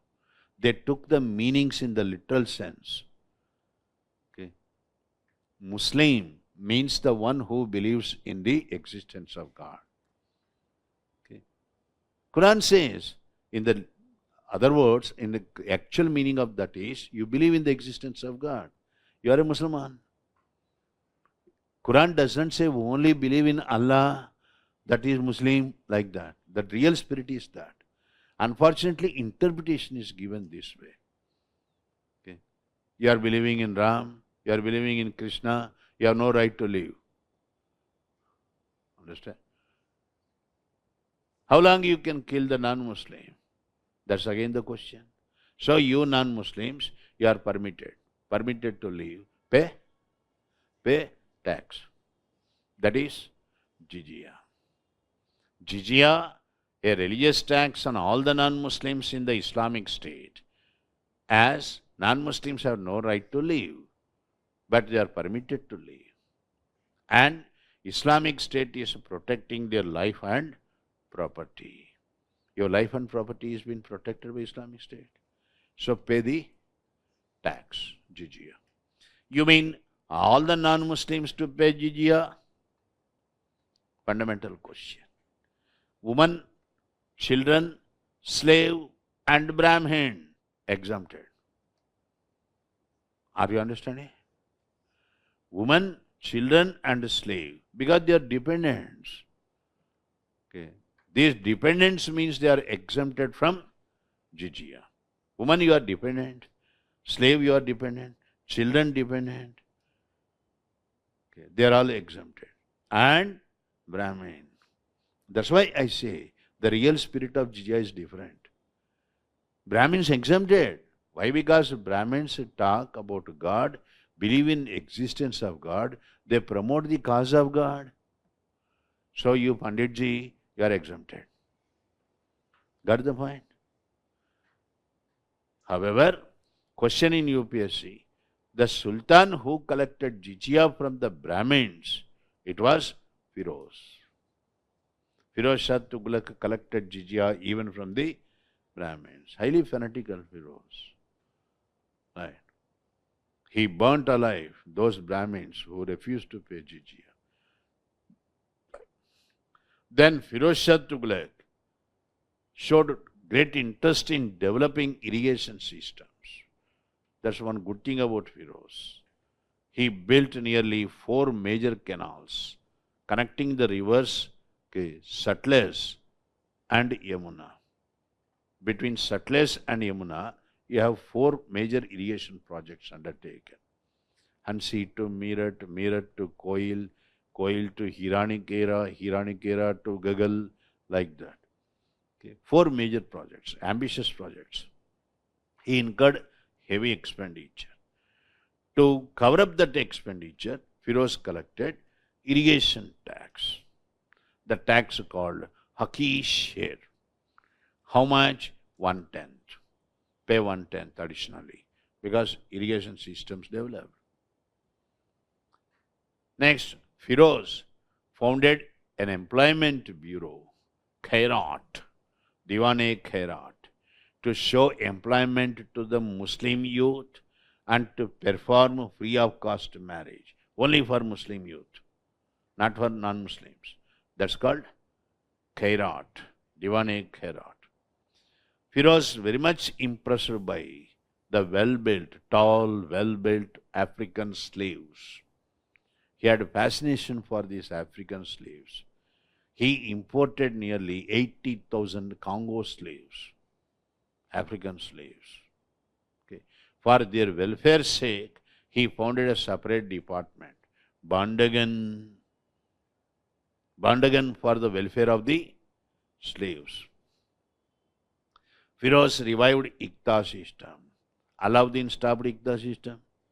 Firoz revived Iqta system. Firoz revived hereditary succession in army. Everything Alauddin had done with a progressive thinking, that was all reversed by Firoz. That's why we say Firoz Shah responsible for the decline of the Sultanate. Most of his reforms were short-sighted. He had no perspective, long-term understanding about the system. Understand? Firoz beautified the city Delhi with 1200 gardens. One good thing about Delhi is every locality would have one garden, small garden or big garden. You understand? That's one good thing about Delhi. Your Delhi Municipal Corporation says 29,000 gardens are there. You see the board, Municipal Corporations? They said 29,000 gardens. I don't know, 29,000 leaves also for them a garden. Where are 29,000 gardens in Delhi? Okay. But this beautification process started with Firoz Shah Tughlaq. Firoz founded cities, Firozpur, Firozbad, Fatehpur, Fatehbad and Janpur. Janpur in memory of Juna, his cousin Juna. Juna means Muhammad bin Tughlaq. Janpur was built on the banks of river Gomati in UP. Firoz was a man of great letters, wrote his autobiography, Futuhat-e-Firoz Shahi. Futuhat. Great Persian poets, scholars in his court, Barani and Afif. Both Barani and Afif, they wrote two different texts with the same title. Title, Tariq-e-Firoz Shahi. Title is just the same, but by two different authors. Content also two different, versions you have. Right. Firoz very much interested in Sangeet. He got Rag Darpan. Rag Darpan, a classic on Hindustani music. When I go to music, I will tell you about this. Firoz got it translated into Persian, language Persian. This is all one good side of Firoz Shah Tughlaq. Interested in providing free of cost medication. Okay. Darul Shafas, government hospitals founded. I told you Firoz was fanatic. Okay. Why he behaved fanatically? Because there is nothing to talk about his military, achievements. Wherever he went, he was a failure, either defeated or retreated. To cover up that defeats and the failures, he tried to get closer to Muslim ulemas, Muslim theologies, to be in the good looks of them. Hope you are understanding what I am telling. When you fail, you know that there would definitely be criticism. To see that criticism will not be there against you, you turn to close with one group or the other. Understand? He turned very close to the Muslim ulemas, theologies, so that his shortcomings would be overlooked, to cover up his failures. That's the problem. He went to Bengal. There he was defeated. Defeated by, Sikandar Shah of Bengal. Great insult to Sultan. Defeated. To cover up that, frustrated Firoz destroyed, Ujjain Mahakaleshwar temple. He destroyed Ujjain Mahakaleshwar temple just to cover up the defeat. So Firoz Shah, in a way, continued the policies, benevolent policies, but the main problem, highly fanatical Firoz. In 1389, he renounced the throne. He turned old due to old age problem. He could not run the administration. He abdicated the throne. When he abdicated the throne, renounced the throne, I told you 80,000 slaves They created a ruckus in Delhi. African slaves, very difficult to control them. Okay. They virtually created anarchy in Delhi. Okay. Firoz responsible for this anarchy that prevailed in Delhi. Right. After Firoz, his successor was Muhammad Shah Tughlaq. When Muhammad Shah Tughlaq was ruling Delhi, Taimur attacked India. Taimur, emperor of Persia, okay, looted Delhi for 3 months. Okay. Such was the terrible situation in Delhi, it is said by Barani and others. Okay. Even birds won't flown in the sky. Okay. Silence of graveyard silence, you call it as Smashana Nishabda, prevailed in Delhi. Okay. Virtually people were slaughtered by Taimur. Massive destruction in Delhi. Sultan ran away to Gujarat. Muhammad Shah Tughlaq. Okay. A person that created such havoc in Delhi killed our people mercilessly. I am yet to understand some parents giving their children Taimur, the name Taimur. What the message you are going to communicate? Now kindly, I want answer. Your son Taimur. What's so great about Taimur? If I name my son Hitler, horrible, enemy to the mankind.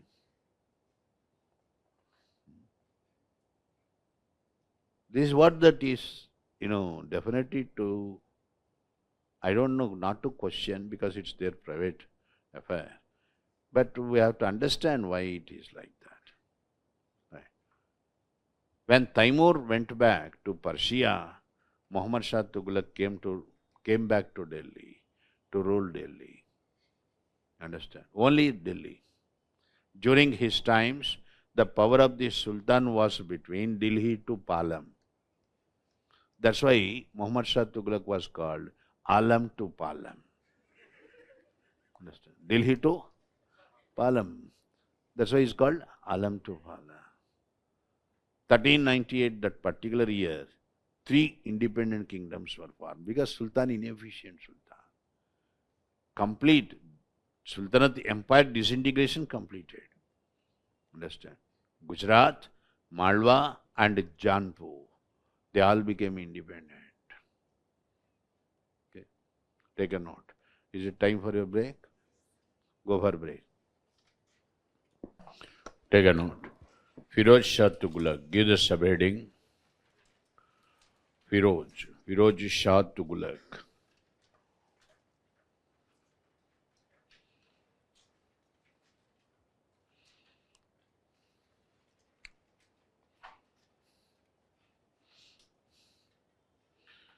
Second Sultan, born to a Hindu mother.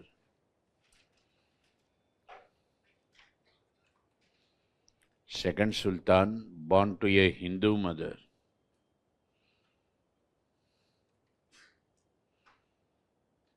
Within brackets.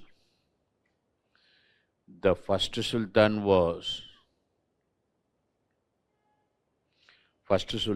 born to a Hindu mother. Within brackets. First Sultan was Shahabuddin. Shah, Shahbuddin, Shahabuddin, son of Alauddin and Kamla Devi.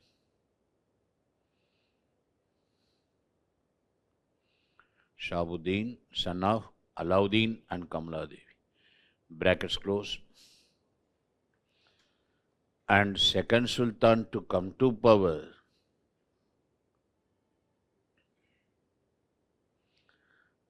power when father was alive.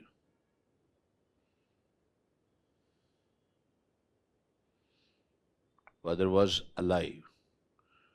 Full stop.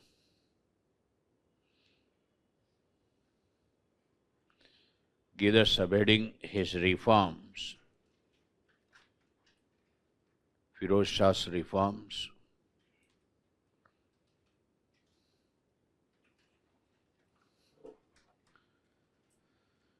Number one, he abolished additional taxes.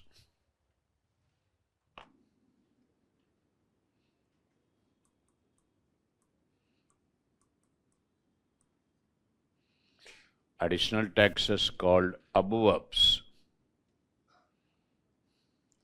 Additional taxes called abovs. Underline abovs. And collected four taxes. Four taxes as sanctioned by Quran. As sanctioned by Quran. Underline four taxes, semicolon. Number one, comes.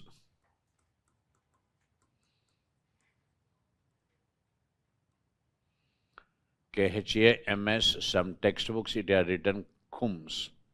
Khums. Either way you can write khams or khums. A tax on the spoils of the war. A tax on the spoils of the war, comma, 1/5 of it would go to the Sultan. 1/5 share would go to the Sultan. Kharaz.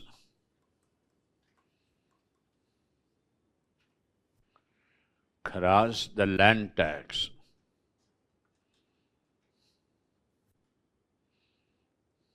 Land tax. Generally, Muslims paid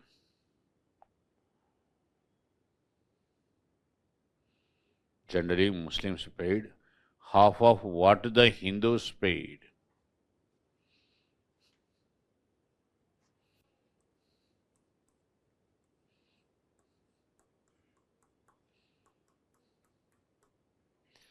Zakat.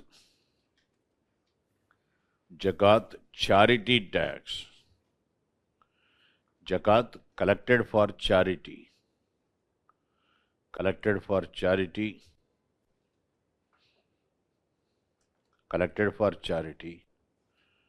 2 to 2.5%. 2 to 2.5% of the annual income. 2 to 2.5% of the annual income called zakat. Next, jizya.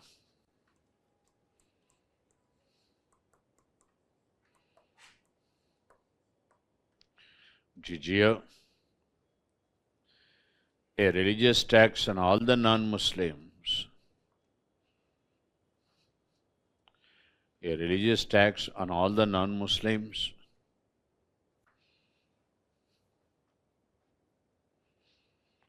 in the Islamic State.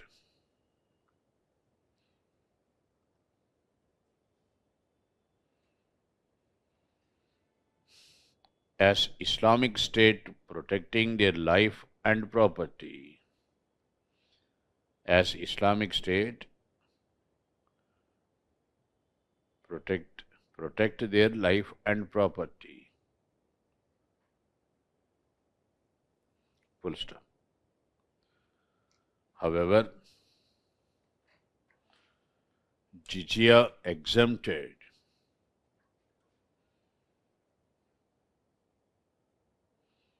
Jizya is exempted for women, children,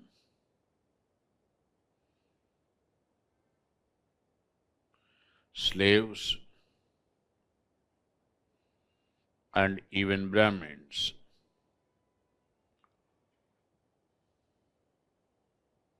And even Brahmins. Full stop. Next paragraph. However,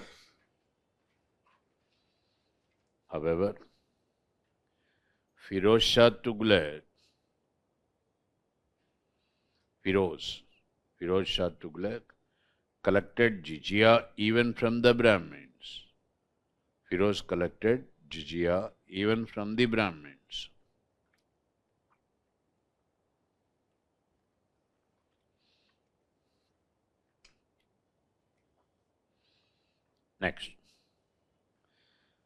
Next paragraph. Firoz built 4 major canals. He built 4 major irrigation systems, canals,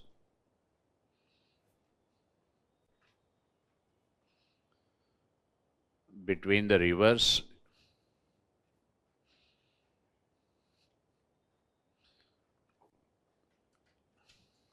Satluj and Yamuna.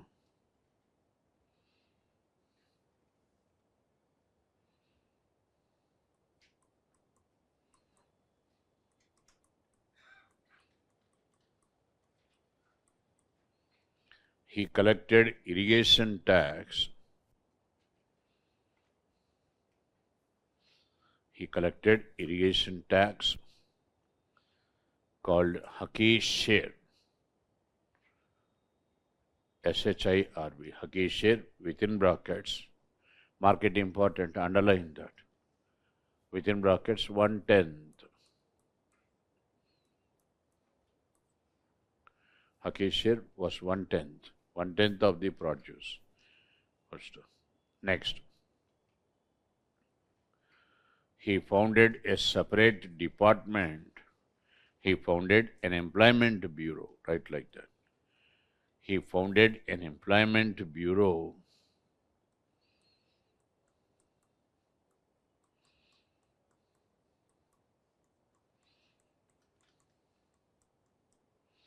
called Diwan-e-Khairat. Diwan-e-Khairat for providing employment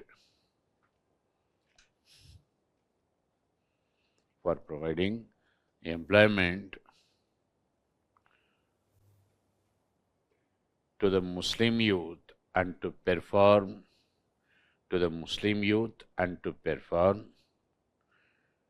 free of cost marriages.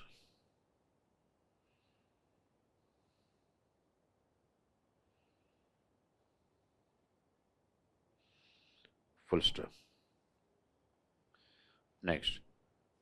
He provided free of cost medication. Firoz provided free of cost medication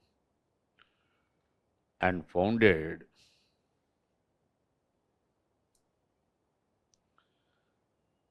hospitals called Darul Shafas.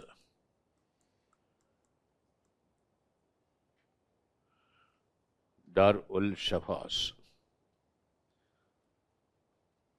Next. He imported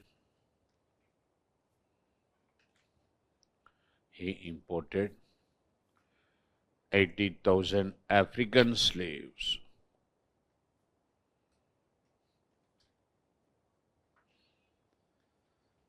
And for their welfare sake, founded a separate department called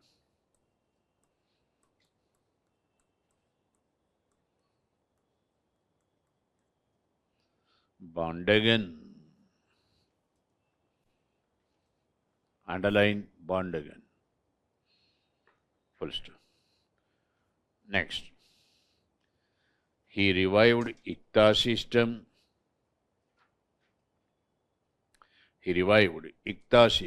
IQTA, which was stopped by Alauddin. He revived ICTA system and hereditary succession in army.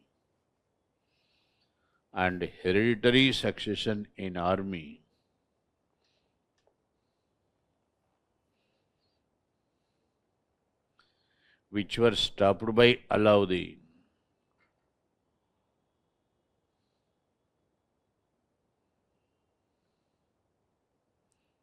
Which were banned or stopped by Alauddin Khilji. Full stop. Next, Firoz founded the cities. He founded the cities. Firozpur,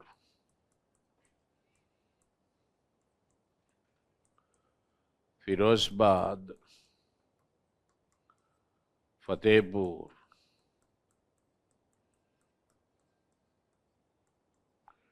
Fatehbad, and Jaunpur.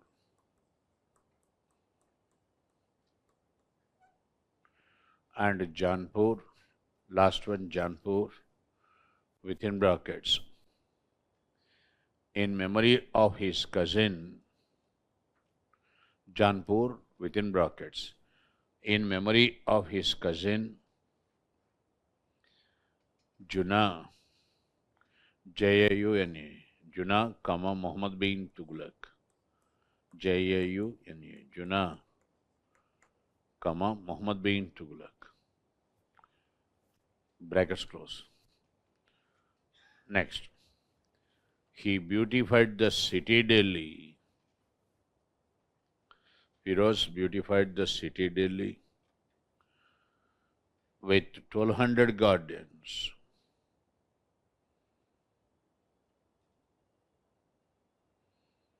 With 1200 gardens. Next, interested in Sangeet. Interested in Sangeet.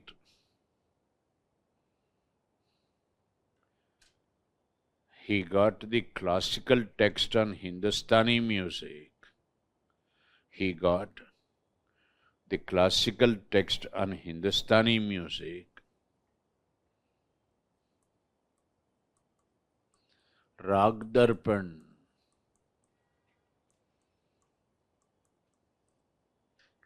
Rag Darpan. Underline Rag Darpan.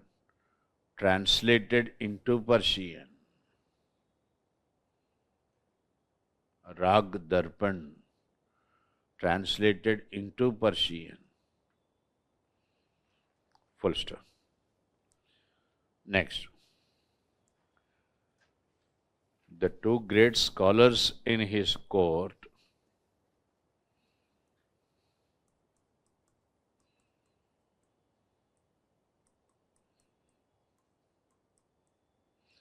Shams Shiraz Afif and Ziauddin Barani.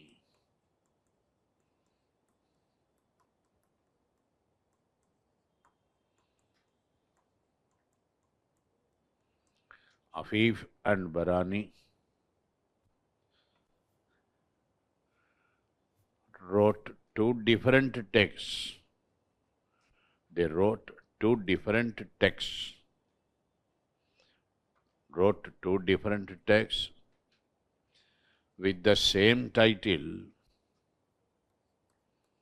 With the same title, Tariq-e-Firoz Shahi.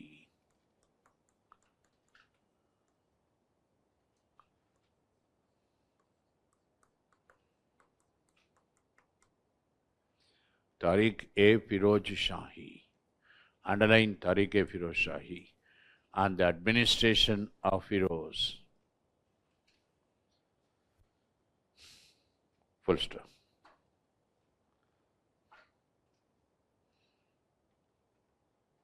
Next, Firoz himself wrote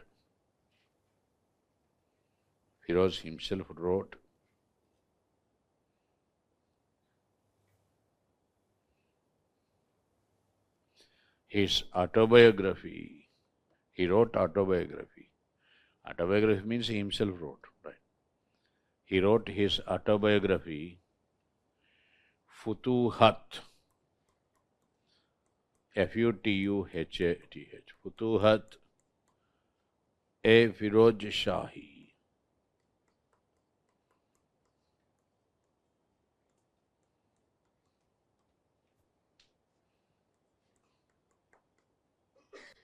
Futuhat A. Firoz Shahi. Underline that. Fine. Now give the subheading. Muhammad Shah Tughlaq.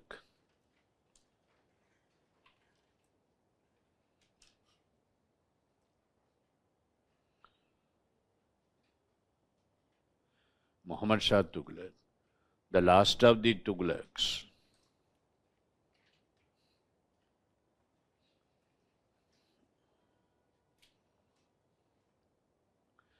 It was during his times. It was during the times of Muhammad Shah Tughlaq that king of Persia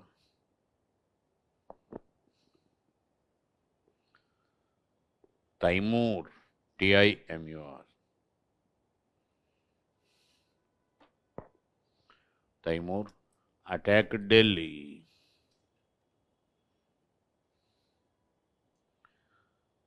Attacked Delhi within brackets 1398, 1398. 1398. Mark it important. Sultan Muhammad Shah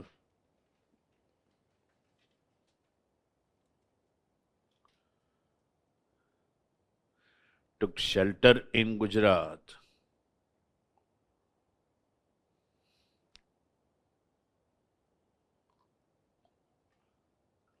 Full stop. In 1398, three independent kingdoms were formed.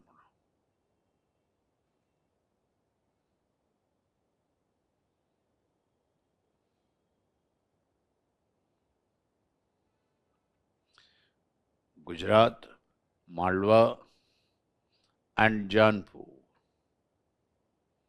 Three independent kingdoms were formed. Gujarat, Malwa, and Jaunpur. Jaunpur. Full stop. Now class listen.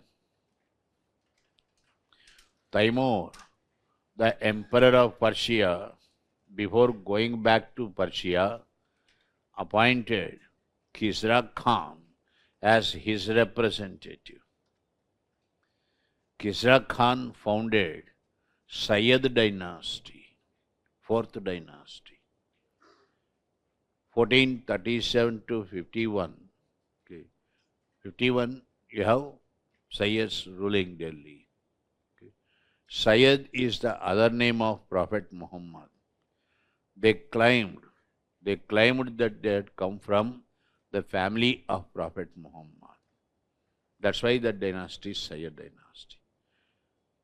Muhammad Shah, Ahmad Shah, Mubarak Shah, and Alauddin Alam Shah. Only 4 sultans, 37 years. None of these sultans important, insignificant. Understand? Only Mubarak Shah's reign important for us. That too for only that, Yahya bin Ahmad, he wrote Tariq-e-Mubarak Shahi. One text was written on the administration of Mubarak Shah. Barring that, okay, the dynasty is not at all important for us. When the last of this dynasty, Alauddin Alam, was ruling Delhi, Lodis revolted. Who are Lodis? They are also part of Afghan race. When Turks could come to power, Sayyids could come to power, another branch of Afghans, Khiljis, could come to power. Why not they? So Lodis made an attempt to capture power under the leadership of Bahlal Lodi. They entered Delhi. Choice given to the last Sultan Alauddin Alam Shah, either to go to Makkah or face death. He went to Makkah. Got the point? Why are you laughing at? He went to Makkah. That's how Lodis came to power. The last dynasty, only 3 sultans. Bahlal Lodi, founder of the dynasty. After Bahlal, you have Sikandar, the greatest of the Lodi dynasty. Actual name Nizam Khan. He shifted the capital city from Delhi to Agra. City Agra was actually founded by Sikandar Lodi in 1503 because Delhi had become a hot web of conspiracies. Okay. There were attempts on the life of the Sultan. For safety reasons, he shifted the capital city to Agra. Agra city founded by Sikandar Lodi. Sikandar, like Alauddin, tried to control market prices.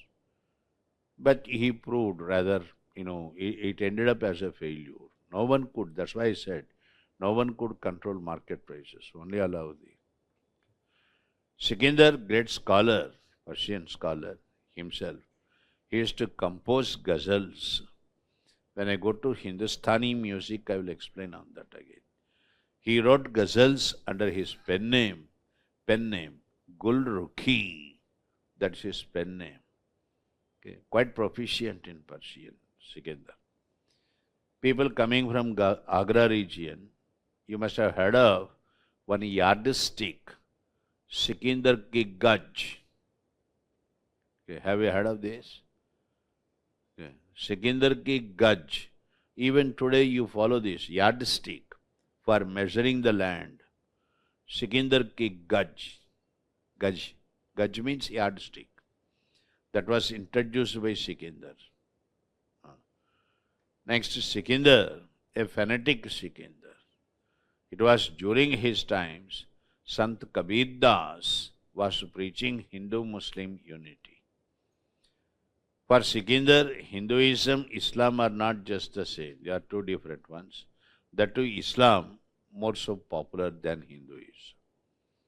Okay. That's why Sikandar punished Kabir, Sant Kabir. Understand? Persecuting Kabir. After Sikandar, you have Ibrahim Lodi coming to power. Very arrogant Ibrahim. His maternal uncle Alam Khan, very powerful Sardar Daulat Khan Lodi, they revolted against Ibrahim. Afghans themselves revolted against Ibrahim. That was the time Rana Sangrama Simha, Sangha, was expanding his empire in Rajasthan, okay, Rajputana region. Sangha set his eyes on Delhi. Okay. Sangha, Alam Khan, Daulat Khan, they invited Babur against Ibrahim Lodi. 1519, Babur came to India for the first time. 1524, Babur got the invitation from Sangha, Alam Khan and Daulat Khan. But these three wanted Babur to depose Ibrahim and to go back. To remove Ibrahim and to go back, it doesn't make any sense. Babur had no intention of going back. He wanted to rule Delhi. That's why in 1526, Babur came to India on his own. On his own with 12,000 army. All these conspiracies against him, against the Sultan Ibrahim Lodi, gone to his notice. So he also made up his mind. Okay. Either to be himself for himself or to leave it to the others. Either you or I, understand. When Ibrahim ordered for mobilization of army, Afghans had not shown any interest there. Very arrogant man. Okay. Raja Vikramjit of Gwalior, he mobilized the army for Ibrahim Lodi. That's why I say very community here. Okay. When Akbar's father Humayun was languishing in the streets, no Musliman had come to his support. Maharana Prasad of Amarkot gave him support. Okay. Similarly, now army mobilized by Raja Vikramjit in support of Ibrahim Lodi. That's how first battle of Panipat started. First battle of Panipat, April 21st, 1526. Right. Babur camped at Panipat.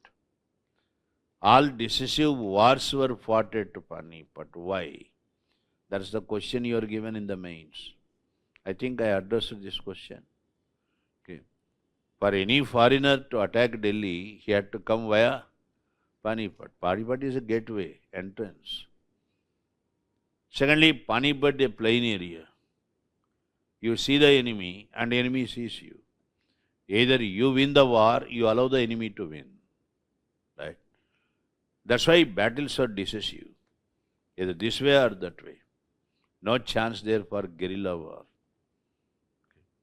Thirdly, the royal highway between Delhi to Panipat on its both sides was very well furnished with business establishments.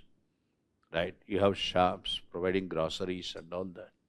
So if you reach Panipat means you can campaign there, you can stay there for however much time you require. Okay? No dearth of civil supplies, constant flow of civil supplies. Right? And Panipat strategically very important. Haryana closely connected, Panipat closely connected to Rajasthan, UP. Okay. These are the areas where you have martial races of India concentrated. Okay. Sikhs in Punjab, Jats in Haryana, Rajputs in Rajasthan and UP. Within a short notice of time, you can mobilize them. Mobilize them for the war. These are the reasons why the wars fought at Panipat were very decisive. Ibrahim and Babur's armed forces, each one faced the other in February 1526. Whereas the battle was April 21st. What were they doing all these 2 months? They are simply watching each other. That is part of war strategy. Okay. Ibrahim Lodi's army, 360,000 army.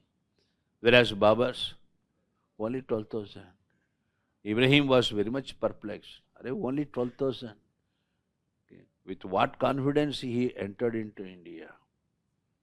Understand? What's the weapons he have? You can't underestimate him. What's his confidence? Right. Babur's strength was artillery, cannons. He placed his cannons behind the horse. Understand? You can't see cannon. Right. When the war actually started, cannons were advanced. Horses were, they were taken back. They were retreated. They were placed back. Okay. That was a shocking. The moment they see the cannons, first time they heard of the sound of a cannon in a battlefield. Understand? No one used cannons in the battlefields in North India. Babur declared that he was the first to use cannons. That's a wrong statement. I already told you, I think. Portuguese were the first to use cannons. Even before Babur entered India, Portuguese were using cannons in South India, helping Vijayanagar rulers. So Babur's claim that he was the first to use artillery forces is not correct altogether. That's there in South India. But definitely Babur was the first to use cannons in North. Okay. Battle believed to have started at 9 o'clock, ended by 1 o'clock. Just like your morning show. Understand? Sultan's armed forces, armies ran to they were shattered to smithereens, like the drops of snow in a broad sunlight. That's how Babur describes it. Okay. War was a disaster. Understand? War ended Sultanate. Now we have Mughal dynasty, not Mughal empire. Mughal empire was built up by Akbar. Mughal dynasty by Babur. Now a new clash started between Afghans and the Mughals. Question, who should rule Delhi? Right. That's the end of Sultanate. Take a note. Give the subheading. Sayyid dynasty. Syyd. Syyd. Sayyid dynasty.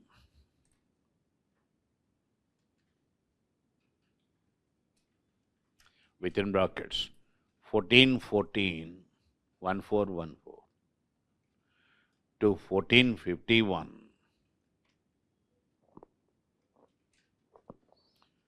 Brackets close. Timur appointed. Timur, Timur. Timur, king of Persia, appointed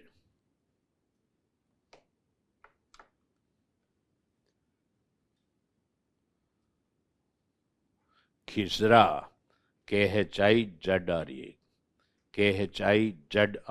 Khisra Khan as his representative.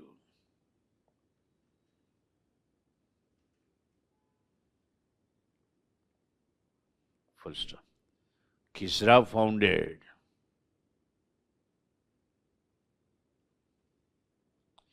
Sayyid dynasty. Syyd, Sayyid dynasty. Full stop. Of the four sultans,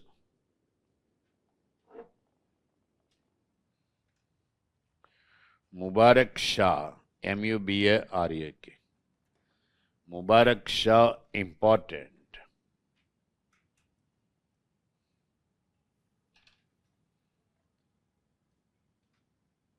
It was during his times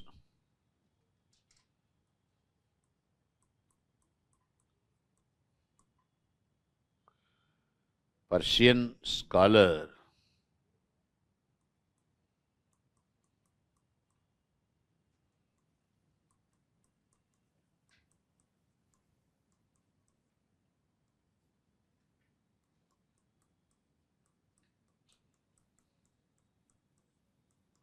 Yahya bin Ahmad Sarhindi Yahya bin Ahmad Sarhindi wrote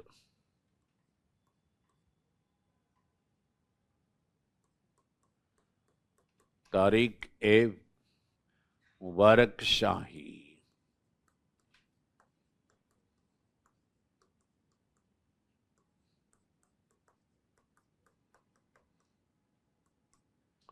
Tariq-e Mubarak Shahi on the administration of Mubarak.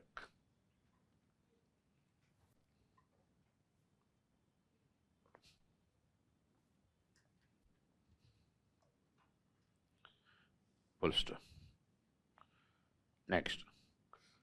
Alauddin Alam Shah, Alauddin Alam, A-L-A-M, the last of the dynasty.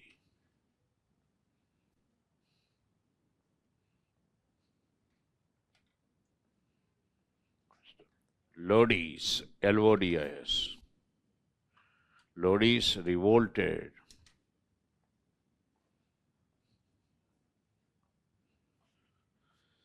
under the leadership of Bahlal Lodi, Bahlal, B-A-H-L-A-L, under the leadership of Bahlal, B-A-H-L-A-L, Bahlal Lodi, and captured power.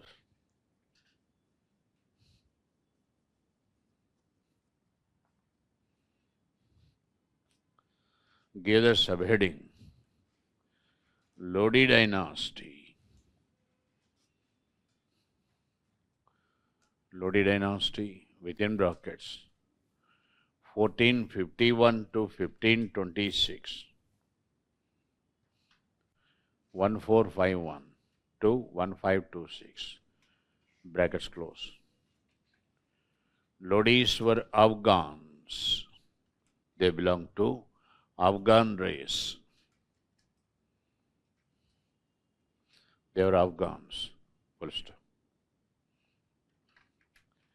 Sikandar Lodi, the greatest.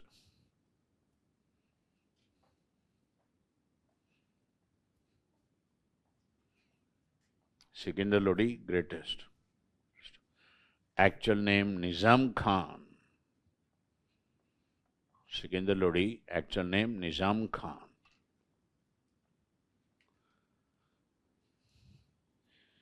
Founded the city Agra. Sikandar founded the city Agra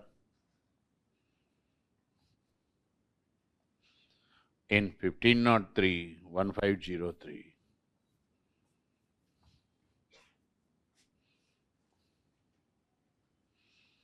And shifted the capital city. Shifted the capital city from Delhi to Agra.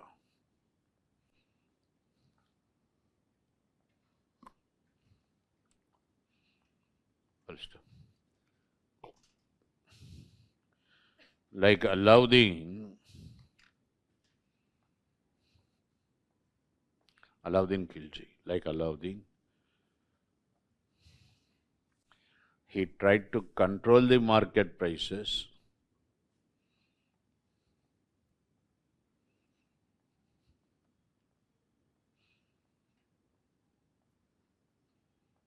Full stop. He composed ghazals. He composed ghazals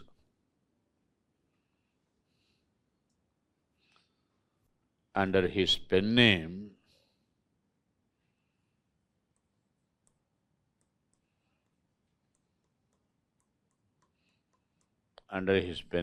Gulrukhi. Gulrukhi. P and pen. देखो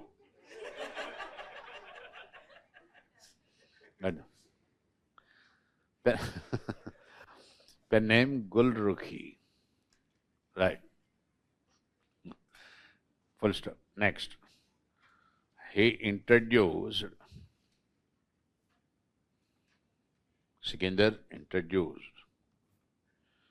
a new yardstick called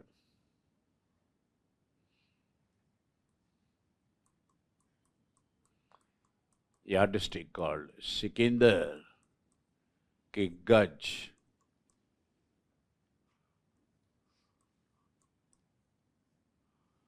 Sikandar ki Gaj. Underline Sikandar ki Gaj. Next. He punished. Sikandar punished Sant Kabir Das.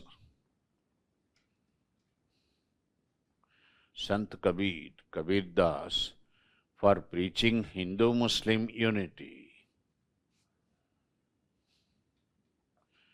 For preaching Hindu-Muslim unity.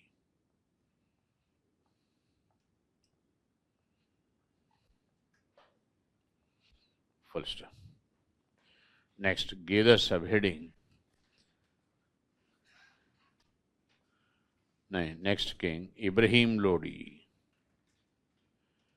Ibrahim Lodi and First Battle of Panipat. Ibrahim Lodi and First Battle of Panipat, April 21st, 1526.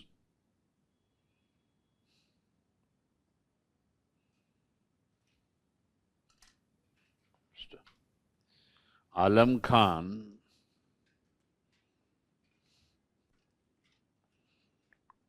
governor of Lahore,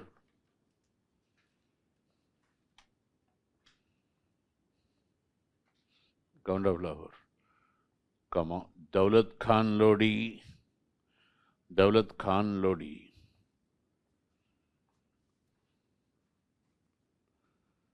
and Rana Sangha of Mewar,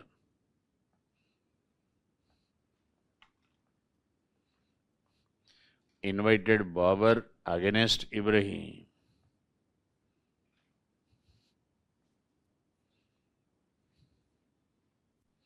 Invited Babur against Ibrahim in 1524. Full stop. In 1526,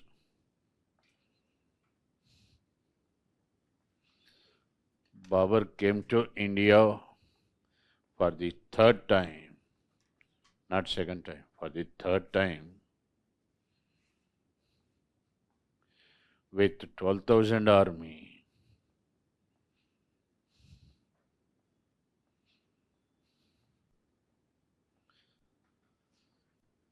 Full stop. Next. The major reason for Babur's victory, important reason or major reason for Babur's victory was artillery forces, cannons or artillery forces. He was the first to use cannons in North India.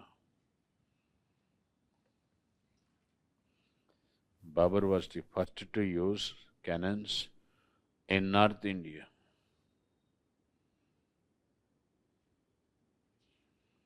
Full stop. Portuguese were the first to use them.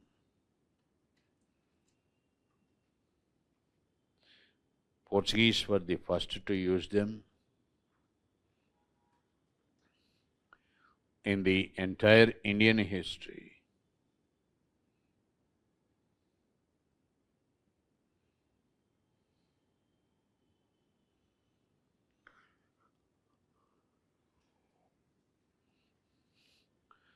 They used them in, Portuguese used them in South India,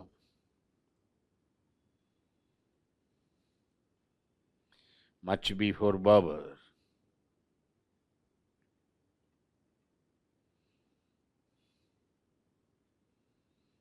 Next paragraph. All the three battles fought at Panipat, all the three battles fought at Panipat were decisive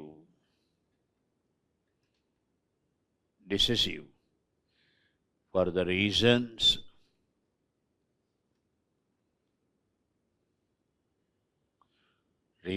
semicolon number 1.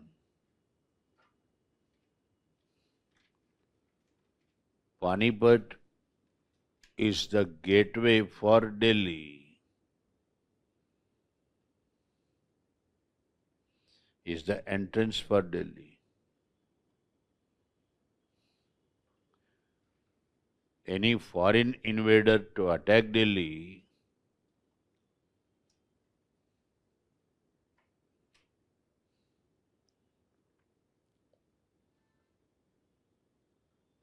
he must first come to Panipat.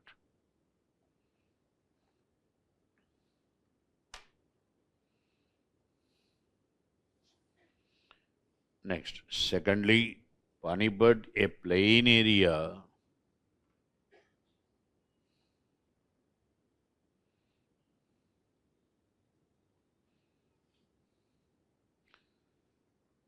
not convenient for guerrilla war.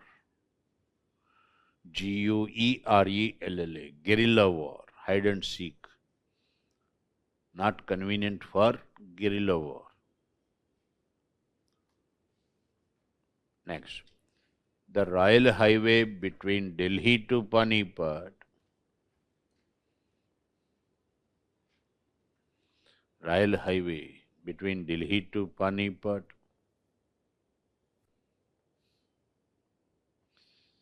on its both sides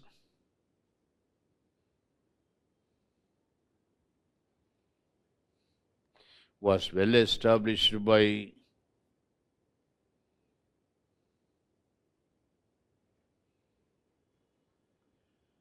shops for civil supplies, shops for civil supplies.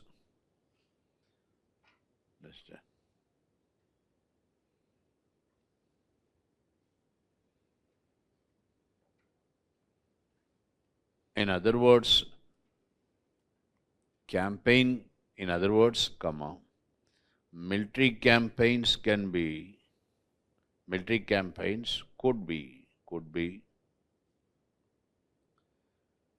prolonged even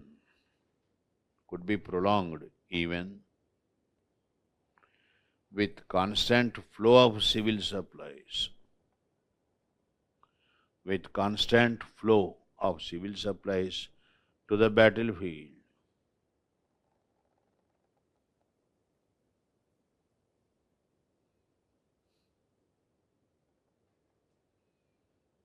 Full stop. Next. Panipat, located in Haryana,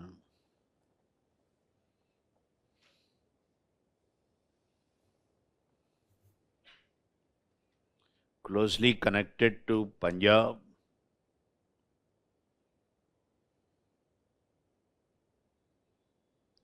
Rajasthan and UP.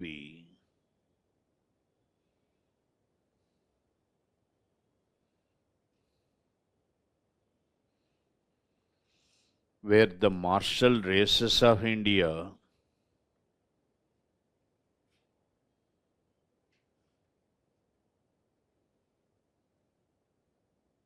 martial race of India.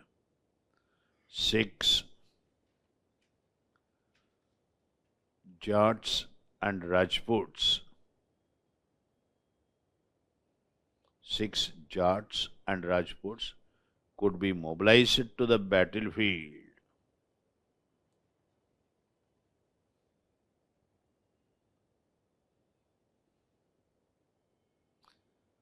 Within a short notice.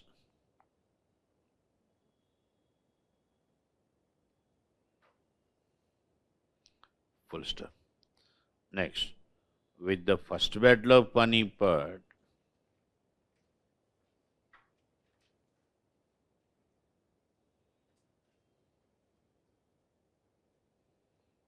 Sultanate ended. Delhi Sultanate ended. And Babur founded Mughal dynasty.